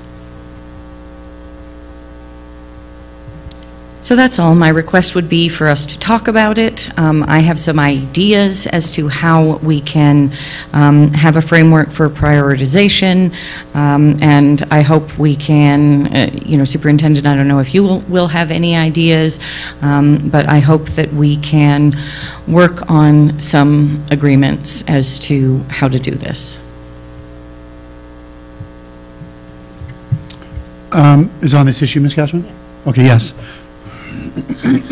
I work very closely with the superintendent, as each board member does. I think the superintendent will tell us when something is overtaxing her. And you've just, said you've asked her to come up with some ideas. I don't think the superintendent needs to come up with any ideas. If she has a problem with a board member, she can speak with the board member. So I'm not sure we need to go through this exercise, but that's my personal opinion. I would tend to agree with Maureen. I mean, Ms. Cashman, I would think that the superintendent would let us know if there was a problem, and I know that even lately over the last couple of years, she's asked the board, is this something you really want? She's wanted to make sure that this is one person's thing. I remember on a former board, even, I think Lorraine was here, but not, I don't think you were here yet. But I remember the superintendent having to go to two board members specifically over time and say, the work you're asking not only me to do, but then I have to ask staff to do is unreasonable. And because these board members, they just really had the superintendent and staff just like running around because they just wanted their own reports. Is mostly around, but so I don't see this being that. For me personally, we can discuss it further when we have the other two here. I don't see this being that much of an issue, and I would. What comes to mind to me is that most of all of the, I would say, projects, or many of the projects that are moved forward in the district, a lot of them have come from the board, from specifically asking, first in board discussion, then in somebody looking into something, and so things slowly move forward to be end up being integrated into the daily work. So, I mean, I hear what you're saying, and I think that absolutely I will try to be mindful, and maybe there just needs to be a level of mindfulness. I agree with that, and not sure what else we could tangibly do. Ms. Price. Well, I mean, there are a number of things we could do, and I'm in favor of mindfulness also. And one of the things about being mindful is that I've sat here sometimes and board discussion with one person goes on and on and on and on, and it could have been handled off. Not here, also consuming my time, when I may have even known the answer. But I've seen on the last two superintendents, they have tried very hard not to put more and more and more administrators on the payroll, which means that the ones that we have are working harder and harder and harder. And so mindfulness would help a great deal. I often think about what I'm going to say, if I'm going to say it, when I'm going to say it, if this is something that I could just email the superintendent about or call and just, this is a quick question, So increased mindfulness would be helpful. And I do, well, I've talked on this issue before. On that, I would just say relative to the OMA, I mean, we're stymied because this is the only time the five of us can be together. And I mean, even Ms. Noble wanted to talk to me about something earlier in the week, but I had already talked to Maureen about it. And so, I mean, I value board discussion for that reason. It's the only time that we can often, the five of us, talk about something. So, Ms. Noble. And I guess, to be clear, what I'm thinking about is a sort of series of questions. And when when I was sworn in here, I had one of my friends, who is also an elected official, say to me that her lens for questions was, does this need to be asked? Does it need to be asked now? Or does this need to be said? Does it need to be said now, and does it need to be said by me? And that was the lens that she always used before she spoke up publicly. And, you know, and to be clear, I didn't ask, I asked if the superintendent had any ideas, not for her to work on this. You know, I will think about it. I will think about the questions that I think might be a decent lens, and take the responsibility to bring this back if I feel it's necessary. But I do appreciate the conversation about mindfulness. I think that is largely the point of just being, us each being mindful enough to ask ourselves if this needs to be done, and if it needs to be done now by the superintendent, and if it will move things forward or markedly improve things for the district. Great. Any additional items for board discussion? I have a brief one. I was reading the menu, not the menu. See, I'm already on food. The agenda for CRC coming up on the 14th. And I noticed there was the item turf fields for elementaries. And so, I mean, all I just wanted to say is, to the extent possible, I mean, I know that all over the country there are kids playing in dirt because nothing grows, okay? And it just is what it is. But to the extent possible where we could have small, and when I say field, I don't mean, you know, a 100-yard field. I just mean an area where kids could, you know, kick a ball around that's turf so they don't skin their knees. I don't know, just because I know there's 2 members here that are on that committee, so if you all could look at that with extra funds, that'd be great. Thanks. Maureen? And why that is on the CRC is I brought it back to the board when it was originally put on the CRC, and they said this was a board initiative, and I explained to you board members, I couldn't think of what it was. So then after you explained it, then I said, could we please, so I can tell the rest of the CRC members what the board talked about, because I was either brain dead that meeting and could not recall the conversation. So it's just to bring it up again so they have a little bit more perspective on what the board was thinking. Great. Anything on advanced planning for y'all? I see you looking at a calendar very intently, Ms. Noble, which is why I'm asking. I think I'm supposed to say something. Do you Okay. have yours handy? My agenda? Yes. So we have CRC, Audit Committee. So the next meeting isn't until December 4th. Right. Okay. And we have 2 in December, that and a study session, finance. Correct. Okay. Are we good? Ms. Price, have a nice night. Thank you. And then we're done, right? State of the schools, don't forget. Oh, yeah, state of the schools. State of the schools on Thursday. Chicken or fish? No, whatever. That's not chicken and fish. Chicken and fish.